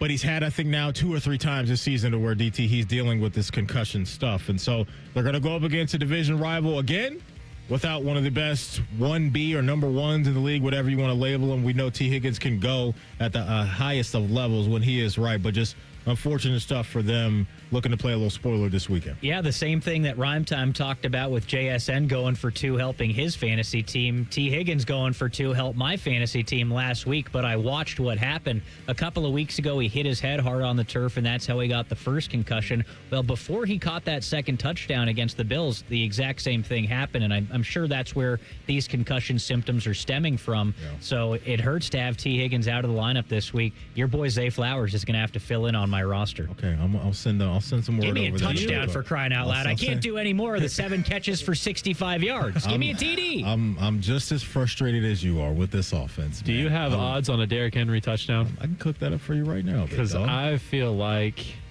that might be a lock. Let me see what we got. Really? He had only 10 carries for 60 yards against the Bengals last time, and their rush defense. What I like to do with Henry is bet a first half touchdown. If he can't quite get the juice, bet a first half. Okay, I'll find both for you guys. Rhyme time, you asked about an anytime tutty for Derrick Henry. That is minus 190 in the game. For a first half touchdown for DT, that is plus 150. There you go. Okay. And if you really think he's going to get busy in the game, if you want 2 or more, that's plus 260 in the game. Didn't he feast against the Bengals last year? Well, last year was last year, though, brother. He was running over everybody. The game That's true. Down in Cincinnati, he had a really good performance, but just that first game that they played was nuts. Remember? Because that was the Lamar kind of stiff arming Sam Hubbard running into the sideline, and then Lamar, I think he fumbled a snap that extended the game. The game Wasn't was that just the incredible. crazy Isaiah Likely touchdown too? Yes, all of that happened in that game, and then they went to Baltimore and played another banger of a game. And so it's something about when these two teams get together, it gets really, really fun. We're touching on T. Higgins here, and part of maybe not the problem, but what they were anticipating a couple years ago, DT, when they drafted Jermaine Burton, was for this guy to step up and be the number 3, and in situations like this, be able to step up and provide some balance opposite Jamar Chase, T. Higgins, or whatever it may be. Found out this week that they've just released him at this point. Released him. Been stories coming out last couple years of how he really hasn't been locked in the way that they want him to. These type of things were attached to his name coming out of college and all that stuff. And so you spent a 3rd-round pick on a guy in the 2024 draft. Obviously, you expected much more than this, but the kind of character issues that floated around with him coming out of Alabama followed him into the league, and he unfortunately has given the Bengals and Bengals fans absolutely nothing, and that's tough because if he was just any type of competent wide receiver as a number 3 guy, then you're talking about this offense really being much more dangerous than it already is. But that did come out this week, and man, you were hoping that he'd be able to step up in these type of moments. Yeah, for sure. And it's tough to see for a guy like that, and you hope that it works out for him, and he potentially gets the help he needs, right? Because I remember a story, I think it might have been this past summer, where he was evicted from where he was living because of some different stuff, violating the lease. So you just got to wonder, right? And it's one of those things where you take risks on some guys like this, and I mean, look where the Bengals are now, right? It's like, you want the best for the guy, but as a football team, do you have the luxury of doing some of these things, right? Especially if you're the Cincinnati Bengals. You need those draft picks to matter. No doubt. And you took me right where I wanted to go, because this is a team that believes they're in a Super Bowl window. And when you go out and spend, that's not the highest, obviously, of draft capital, but it's not nothing. You're drafting starters in the 3rd round. Yeah, it's time to go. Like, you think that guy can either go in his rookie year or the second year, he's going to be an absolute starter for you. And I don't know right now if you look around at some of the 1st-round picks they've spent, the 2nd-round picks and 3rd over the last few years, if you're a Bengal fan and you're loving any of these guys, or you wake up on Sunday and you're really feeling like we know what we're getting from that guy. And so that can slow down the progression of a team when they're in their Super Bowl window, and that's kind of holding the Bengals back at the moment outside of the obvious, and that's your key players and their availability not being where you want it to be. I want to throw this at you guys before we go to break. Phillip Rivers is going to be must-see TV this weekend, and now he's got a former quarterback that's almost 50 feeling some type of way. That guy is Tom Brady, fellas. Tom Brady came out and said, quote, "I certainly could still play quarterback in the NFL if I wanted to." You buying that? Well, I think by the rules he can't, because he is now a part owner of an NFL team. So I think in doing that, you forfeit your ability to come back as a player in the National Football League. Could he do it physically? Hell yeah. Phillip Rivers is doing it. Tom Brady could do it.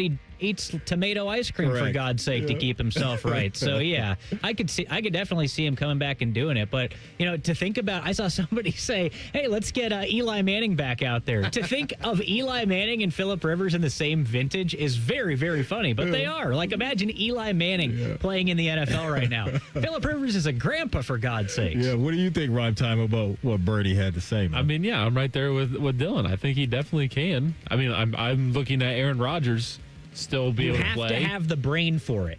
That's what it is. It's the brain. It's what we were talking about with Julian Sayin. If you can process and stay calm, you can do it if they can keep you upright. That is very real. What I can't wait to see real quick, though, is when we get the whole flag football thing going for the Olympics, who is going to be the U.S. quarterback? Who is going to be our guy? Ooh. Big Diego Pavia guy, or as I call him, if Rhyme Time's got it on deck, he's got to find this, because I just butchered his name one day. Diego Piava? Like, I don't know what that is. I don't know what that is. Diego Piava, baby. Diego Piava. It's being my finest, ladies and gentlemen. Coming up here in 2 minutes, we will check in on the Buckeye basketball team. Adam Jardy does an awesome job covering them for the Columbus Dispatch. Fun one up in Cleveland tomorrow, right? Rhyme Time against West Virginia. We'll talk about that and a lot more next. It's Rothman and Ice right here on The Fan. Matty Ice here. The end of the year has almost arrived, so it's the perfect time to head up to McDaniel GM Superstore in Marion, where the savings are rolling all month long. You can lease a brand new 26 Chevy Equinox for just $225 a month for 36 months with $4,369 due at signing. Or if financing is more your style, grab it for only $225 a month for 84 months with $1,000 due at signing. Certain restrictions apply. They're just off Route 23 on 95 in Marion, or you can visit McDanielGMSuperstore.com. Chevrolet. Together, let's drive. People can't say enough amazing things about Vanscoy Hair Clinics. Men and women struggle with hair loss every day, and they completely change their lives. Vanscoy Hair Clinics is the only company in Ohio that has PRP, platelet-rich plasma, and the multi-unit hair grafting hair transplant procedure. Go to vanscoyhair.com for more info, or call 614-432-8042. Here's what some of their hair transplant clients have said. Around 26, 27, I lost almost all of my hair on top. It changed my life in ways that I could not imagine. My hair is going to continue growing for the rest of my life. There is hope that you can do something about your hair loss. Multi-unit hair grafting gives you 3 times more hair per procedure, saving you time and money. Hair transplants are more affordable than ever, and PRP is a fast, easy, and effective 45-minute treatment for thinning or damaged hair. Call Vanscoy for a free consultation, 614-432-8042, or visit vanscoyhair.com. That's 614-432-8042. Find out what procedure will restore your hair. Warm up this winter by pushing a button with a remote car starter from Columbus Car Audio and Accessories. Step into a toasty and defrosted car and share the warmth with everyone on your shopping list. Beat winter weather with Columbus Car Audio and Accessories. Morse Road, Main Street in Reynoldsburg, or columbuscaraudio.com. Skyline's Mac and Cheese 3-Way is back. This time with white cheddar cheese and creamy cavatappi pasta. Try a Mac and Cheese 3-Way with Skyline's original chili or their new chicken chili at participating Skyline locations for a limited time. Rothman and Ice is sponsored by your local Pella Window and Door showroom on Gemini Parkway. The Fan, Ohio sports destination. Want to jinx your favorite sports team? Please get out of my Van Halen t-shirt before you jinx the band and they break up. Just ask Maddie to print your shirts. You're listening to Rothman and Ice. I'll take care of it for you. I promise I will. I'll get you right. A guy that's going to get us right now is Adam Jardy. Does an awesome job covering the men's basketball program for your Ohio State Buckeyes over at the Columbus Dispatch. He's going to join us right now via the Bryant Heating and Cooling Systems Fan Guest Hotline. Adam, happy holidays. It's been too long. How you been, my man? I'm doing well. How are you? Doing well. As you know, a lot moving and shaking. Football season's rocking and rolling. It's been fun, but it's also always fun to lock in on this Buckeye basketball team and where they are right now at the moment. Let's start with the captain of the ship, a guy we're very familiar with, a guy that's been highly productive at this program and in this conference. For the folks that haven't locked in on where Bruce Thornton is right now in his career, just update us on the season he's having through 9 games. I mean, it's verging on historic already. He had a 34-6-6 game the other night. Now, they did lose to Illinois in that one, so he wasn't super excited talking about his individual game afterward when I asked him about it. But he's having an all-time type of season. I mean, he's flirting with 50% from – or it's like 90% from the line, 50% from 3, 60% from the floor. Like, he's he looks every bit of the part of a 4-year starter, captain, point guard who, if Ohio State can put some stuff together here and maybe put together a run this season, like he's going to play himself into All-American status. He's been that good and that high-level productive for Ohio State this year. It's been fun to watch. All right, Adam, 7-2 through the first 9. Early on in the season here, but like you just talked about, Buckeyes need to go on a run at some point if they want to be taken seriously. How has Ohio State looked compared to what you expected going into this season? Well, the offense has lived up for the most part to what we thought it would look like. This is a team that scores a lot of points and often scores a lot of points in bunches where the offense is rolling and they're scoring on 8, 9, 10 straight possessions. They share the ball at a pretty high rate. In that regard, that's pretty much matched up with what I thought this team would be as we spent all offseason diving into it. It's been a bit more of a struggle defensively than I think maybe we thought it might be, and there's still clearly some issues there. And I think overall, like, we're just kind of waiting to see, like, when it all clicks. I don't think we've seen a point yet this season where every guy for Ohio State has been playing maybe not optimal level, but just like giving a really solid all-around performance. Like, we just haven't quite seen that complete game yet, which I think probably gives you some confidence that, this team is 7-2 and has been right in it with every team that they've played. And we still haven't seen this best basketball. So I think there's still a lot of room for growth if they can just kind of get everybody clicking at the same time. Okay, speaking of, do you think we need to see a true second threat develop? The Buckeyes right now have 3 guys averaging just under 14 a game, and then, of course, Bruce Thornton leading the way. So does there need to be a true number 2?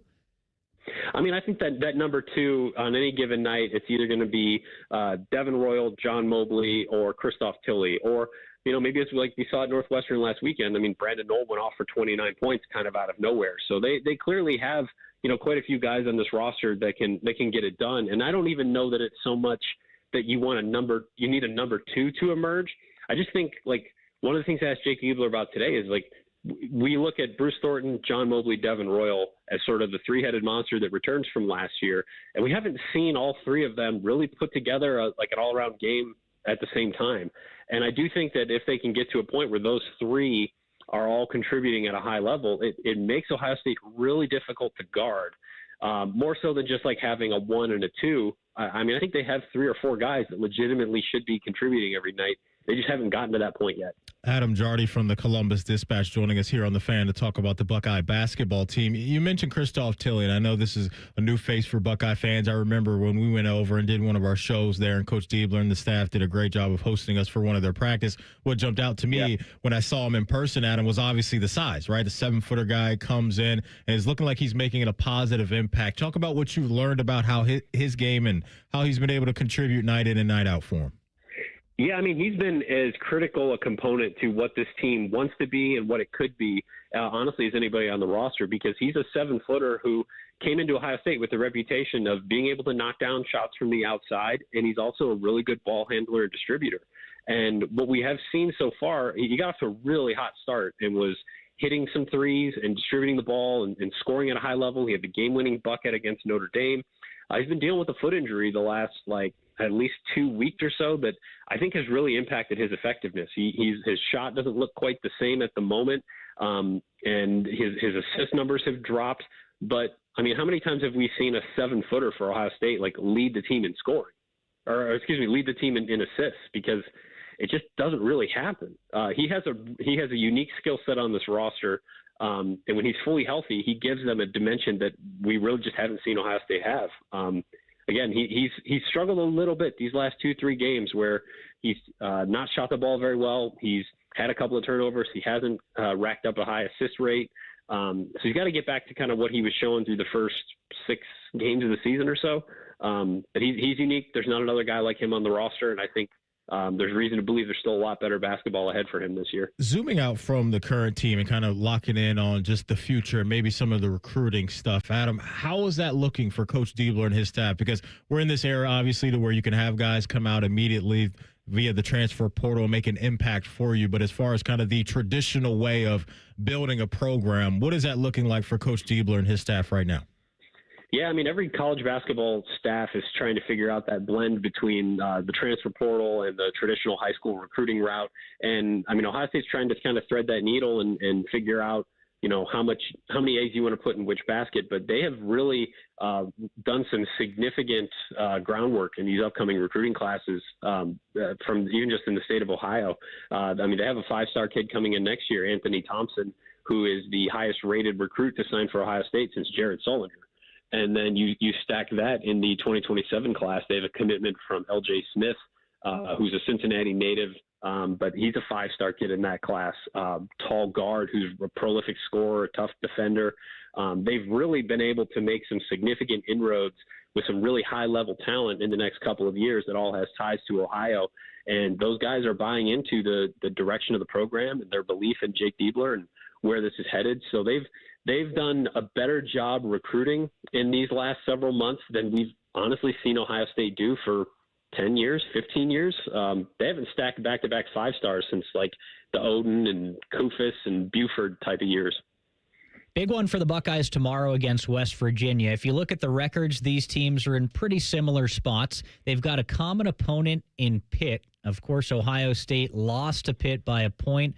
On the other side, West Virginia beat them by 22. So what do we think about the matchup tomorrow and how these teams stack up? Well, it sounds like then it's probably a 23-point win for West Virginia based on the transitive property there.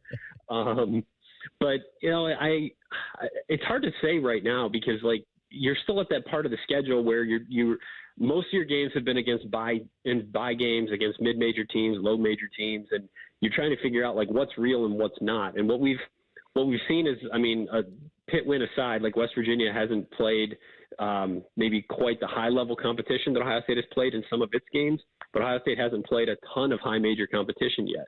And the games that they have played against comparable skill set teams have all been close. I mean, the 8-point loss to Illinois the other night is the biggest point margin in any of those games against the high major teams. So we don't really truly know a ton, I think, about how good either of these teams will be. But I think, like, when you came into the season, you project Ohio State as an NCAA tournament team based on the roster and based on, kind of the trajectory of where things are. And I don't know that anyone was really saying that about West Virginia coming in. So I think, on paper, and I think that just based on, what we've seen so far, you presume Ohio State has the upper hand in a game like this.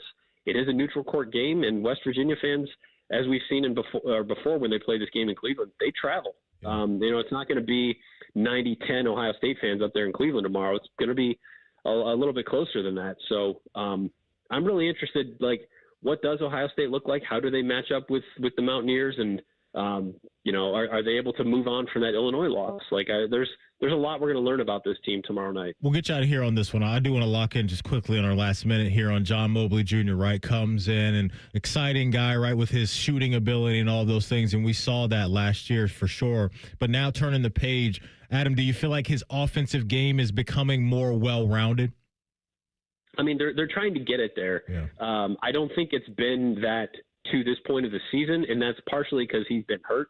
And I think if he doesn't roll his ankle in that Pitt game in the first half, like, they win that game. And that is what it is. But, he hasn't shot the ball since then very well. I think he's 2 of 8 from the free throw line since then, which is a shocking number for a player as talented and as good of a shooter as Mobley is. So I think there's strong high-level belief that, like, he's going to figure it out and it's going to stabilize for him because, yes, he is much more of a playmaker than what we saw last year. That's enabling them to play Bruce Thornton off the ball some more, which has really opened up some things for Thornton. They trust his playmaking, his decision-making. It just hasn't quite come together yet for him this season. I think he's, as you see with shooters sometimes, I think he's a little bit in his head at the moment, and I think the injury has definitely had an impact on him. But Diebler said today he's getting healthier, so we'll see what he looks like tomorrow. It's good to hear. He's the great Adam Jardy. Does an awesome job covering Ohio State men's basketball over at the Columbus Dispatch. Make sure you go follow him on X at Adam Jardy. Adam, as always, appreciate your time. Have a great weekend. Well, thanks for the kind words, guys. I appreciate it very much. Yeah, anytime. Adam joined us via the Bryant Heating and Cooling Systems fan guest hotline. Ladies and gentlemen, if you are in the business of finding a new vehicle, listen closely because I want to direct you to McDaniel GM Superstore in Marion, where they're going to treat you like family as soon as you walk through the door. They'll have patience with you. They're going to have a plan for you based off your finances to direct you down a path to where you're going to get a cool new vehicle the way that I did. Check out their website. There's over 200 new vehicles on their website right now for you to look at. And up at the McDaniel GM Superstore in Marion, they believe in nothing but transparency with every car deal that they do. They have a 2026 Silverado 1500. You can lease it for $339 a month for 36 months and $1,000 due at signing, or finance and save up to $14,000 off MSRP. Rules and restrictions apply. Again, take it from me. The team up at McDaniel GM Superstore is awesome, and they're ready to take care of you. So get on up there and see them today. Chevrolet, together, let's drive. Coming up next, we'll hit the finish line of the show, and week next, we'll tell the truth. It's Rothman and Ice right here on The Fan. Wake up with the Fan. Eat lunch with the Fan. Go to bed with the Fan. Dream about the Fan. Then change your sheets. Gross. Ew, you guys are gross, but stick around in case I don't find anyone else. The Fan. Toyotathon is on at Tansky Sawmill Toyota. With inventory on the lot and fresh inventory rolling in daily, now is the time to treat yourself before the holidays.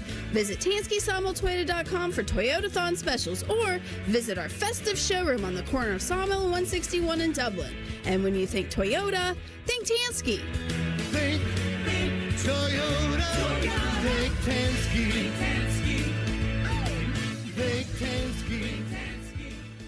Hey, what's up? It's T-Bone. It's cold here in Central Ohio. You know that, Columbus. And if you spent last winter thinking you need new windows, but you didn't want to spend the money, well, it's a good thing you waited. Because right now during Window Nation's end-of-year sale, you can get 50% off, plus get 0% interest for 5 years. Not only could you get affordable custom windows, but shorter wait times mean you'll get them fast. And Window Nation will install them in one day while keeping your home warm and dry. Once they're installed, your new windows instantly stop those cold, wintry drafts better than the big-name brands. They also seal out moisture and are so energy efficient, you'll actually save money on your monthly utility bills. Plus, they're backed with a lifetime warranty. With such great windows and service, it's no wonder Window Nation has over 45,000 five-star reviews and an A+ rating from the Better Business Bureau. Don't wait to put an end to your window problems. Window Nation's end-of-year sale is your chance to save big with 50% off all window styles, plus 0% financing for 5 years. The sale ends soon, so visit windownation.com now to get started. Window Nation, a proud sponsor of Ohio State Athletics. Hey, it's Anthony, and it's Happy Honda Days at your main Honda of Dublin. What am I going to give you? How about rates as low as 0%? You want no payments for 90 days? You got it. Do you have a trade-in? I'll make sure Rich gives you an extra $1,000 for your trade. Yep, an extra $1,000. Or I'll slide you right into a brand new Honda with leases starting from only $239 a month. Happy Honda Days right now at your main Honda of Dublin on Sawmill Road, just south of 270, or online at yourmainhondaofdublin.com. 1-877 Cars for Kids. KARS Cars for Kids. 1-877 Cars for Kids. Donate your car today. Call 1-877 Cars for Kids to reach a friendly live agent. Donation's super easy, and your car can be picked up as soon as tomorrow. Call us now. 1-877 Cars for Kids. Donate your car today. Hurry! It's our last chance to donate for 2025. Get ready to play, win, and celebrate at El Dorado Sayada Downs, your ultimate Caesars Rewards destination. Earn rewards every time you play or dine with the most exciting loyalty program around. Take your pick from 1,700 hot new games, award-winning brews, and Guy Fieri's out-of-bounds 68-layer lasagna. And big news, Sayada Downs will host the prestigious Breeders' Crown in 2026, featuring 12 championship races. Feel the energy at El Dorado Sayada Downs, where Caesars Rewards never stop. Must be 21 or older to gamble. Gambling problem? Call 1-800-589-9966. Visit Caesars.com/Sayada Downs for details. This Christmas, get a bonus AI Essentials course when you enroll in any My Computer Career IT program by the end of the year. That's a $3,900 value. Attend classes online or on campus. Enjoy lifetime job placement support and IT certifications in high demand. Go to mycomputercareer.edu today and take the free career evaluation. That's mycomputercareer.edu, an elite CompTIA certification partner. Conditions apply to AI offer and financial aid is available to those who qualify, including the GI Bill. Planning to buy a home in 2026? Not sure where to start? The Ohio Housing Finance Agency can help. With a step-by-step homebuyer's guide and financial tools, the Ohio Housing Finance Agency can make homeownership part of your future. Eligible homebuyers may qualify for down payment assistance and reduced mortgage interest rates. To see if you qualify and to find a mortgage lender, visit myohiohome.org. Again, that's myohiohome.org. Homeownership. Make it part of your future. Sponsored by the Ohio Housing Finance Agency, aired by the Ohio Association of Broadcasters, and this station. I have a special announcement. Common Man and Timmy is the most listened to radio show in the state of Ohio. Coming in at number 2, Common Sense. You should listen anyway. Weekdays from 3 to 6. The Fan. The Fan Guest Hotline is sponsored by Airflow Heating and Cooling and Bryant, doing whatever it takes to keep you and your home comfortable. The Fan. Tell the Truth with Rothman and Ice. Sponsored by Window Nation. Right now, get 50% off all window styles from Window Nation at windownation.com. All right, rhyme time. Take us to the crib. What do you got cooked up and tell the truth today, my man? So if Phillip Rivers gets the start on Sunday against Seattle, will he throw a touchdown?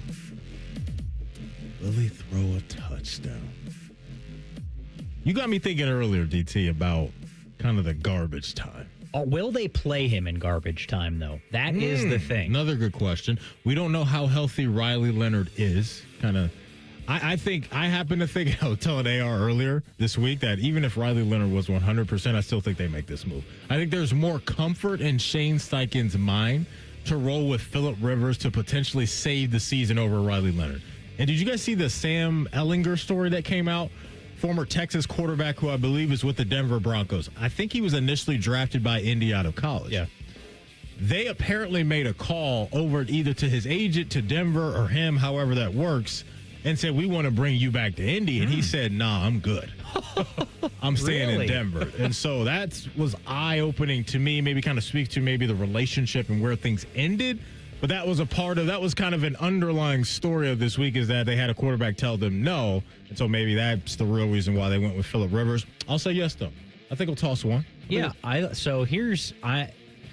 me restart here.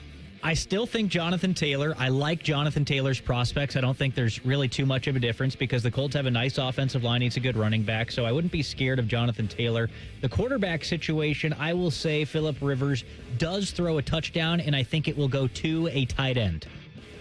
Ooh, so Tyler Warren. Yeah, I like that. Love just that a nice security blanket. Well. If they get into the red zone, I could see it like a nice 3rd and 4 short pass to the tight end. You're on to something there because AR has Tyler Warren on his fantasy team. Mm-hmm. As do I in one of my leagues. And he wants that to happen. And I brought up to the fellas, DT, I said, it's a good call. Rivers, Antonio Gates, the chemistry he had with the tight end back in the day. Like, there we go. I like that. If they can keep this guy upright, it's going to be okay. But this Seahawks defense is for real. Yeah, ain't nothing to play with. You traded for a 40-year-old quarterback. What are you waiting for him to develop?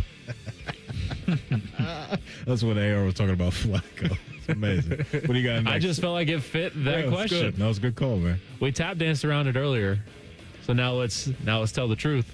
How many teams would actually want Joe Burrow right now? Okay. So if the Bengals went calling. If you missed it, Kurt Warner came out and said that he thinks the number would be about 28. That would seriously consider. Heck, let me even play it for you. Hold on. So here's what Kurt Warner said earlier, and this got us thinking and led to Rhyme Time's Tell the Truth question. I think Brock's really good, but I also do believe Joe's better than Brock is and brings more to the table. And so I think, if that were the case, you probably have 28 teams in the league that say Joe Burrow would be an upgrade at the quarterback spot. Not a knock on any of these other guys. They're really good quarterbacks in this league. It's just Joe's one of the special ones. So we've got 32 of these teams in the league. He thinks 28 is the number of teams that would sit down and maybe not say, no doubt we need them, but would have maybe be torn on the decision. Do you agree with that number? Okay, so I think it could be one So what he's looking at here is essentially what? The Ravens, the Bills, the Chiefs, and maybe like the Eagles or the Rams. I think the Eagles would do it right now. I think the Eagles would. I think the Rams might do it because long term, that's going to make you better. For sure. I think the Patriots could say no, though. Like a team like the Patriots, they really like Drake May. I think everyone really in the like AFC him. South says yes. Yeah, I was very quickly going down the list there and just counting the teams that would say no potentially. Yeah. But I think you're going to see. I think the teams might surprise you. I could see it being right around 28, but I think those teams might surprise you. Do you agree with what Rhyme Time just said? He said everybody in the AFC South would say give us Burrow over our guy. So let me think here. Houston with CJ? Yes. The Colts are absolutely saying yes. Jags are saying yes. And Tennessee, after 1 year of Cam Ward, every team in the AFC South is saying we're yes. at that point with CJ, huh? Yeah. Here's a question: do you think every team in the NFC North would say yes? Because there are some good quarterbacks in that division. Oh. Now I'm just picturing Joe Burrow with Amon-Ra St. Brown. He's an upgrade over everybody. He's an upgrade over everybody. Yeah. And I'm saying that as somebody, I'm a Bears fan. I really like Caleb Williams and his skill set and what he brings, but you can't say no to Joe Burrow. Right. Because I think that's the conversation we were having if we were running a team. Yeah. Is he an upgrade over our guy? You look around that division, I think, the 3 of the 4 feel pretty good about where the future is with their quarterback position. Packers, Lions, and the Bears. Vikings in a dicey spot right now. But I think that's the question is, we can upgrade. That's it. And to your point, Baltimore, Buffalo, Kansas City, New England, those teams, probably those 3 for sure, being Buffalo, Kansas City, and Baltimore, like, we're good. But everybody else, you're talking about a top 5 quarterback knocking on your door. The NFC East is another intriguing question, I was thinking NFC too. South. And I think all of them in the NFC South say yes, too. They do. Yeah. I agree with NFC East, you're looking at, Jackson Dart's the future. Jaden Daniels is the future. Dak is good this year. And then you've got Jalen Hurts, who's a Super Bowl champion. Everybody's saying yes. Everybody's saying, give me Joe Shiesty, give me Joe Burrow. What's Denver doing with Bo Nix? You're saying yes, give me Joe Burrow. Yeah. Especially Sean Payton, he's licking his chops to get It's just one of those things. It's all these guys that, like Drake May is the one because he's in the MVP conversation this year, but everybody else, all those rookie quarterbacks from last year look like they are going to be good, but it's Joe Burrow. Yeah, Kurt Warner's probably right. Yeah, probably right. Hey, I'll try anything once. Here he is. That man you just heard. He'll be back on Monday. That was Tell the Truth for today. DT, Dylan, appreciate you filling in for AR as always, man. Of course. Fun chopping it up with you. Rhyme Time, appreciate your time all week. It was fun. Filling in for TLC. Folks, we appreciate you as always. Coming up next, top of the hour, it's Common Man and Timmy. No Timmy. Jen Winter's in for Timmy, and it's Go to Jail Friday, and they've all got their tracksuits on, so you know it will be a good time. Hey, stay safe out there. Supposed to get some dicey weather. Take care of yourself. Stay warm. Happy holidays. We'll be back on Monday at 1 o'clock. It's Rothman and Ice right here on The Fan. T-Bone and Tyvis are everything you want in a delicious breakfast. Lots of empty calories, no nutritional value. Weekday mornings from 6 to 9.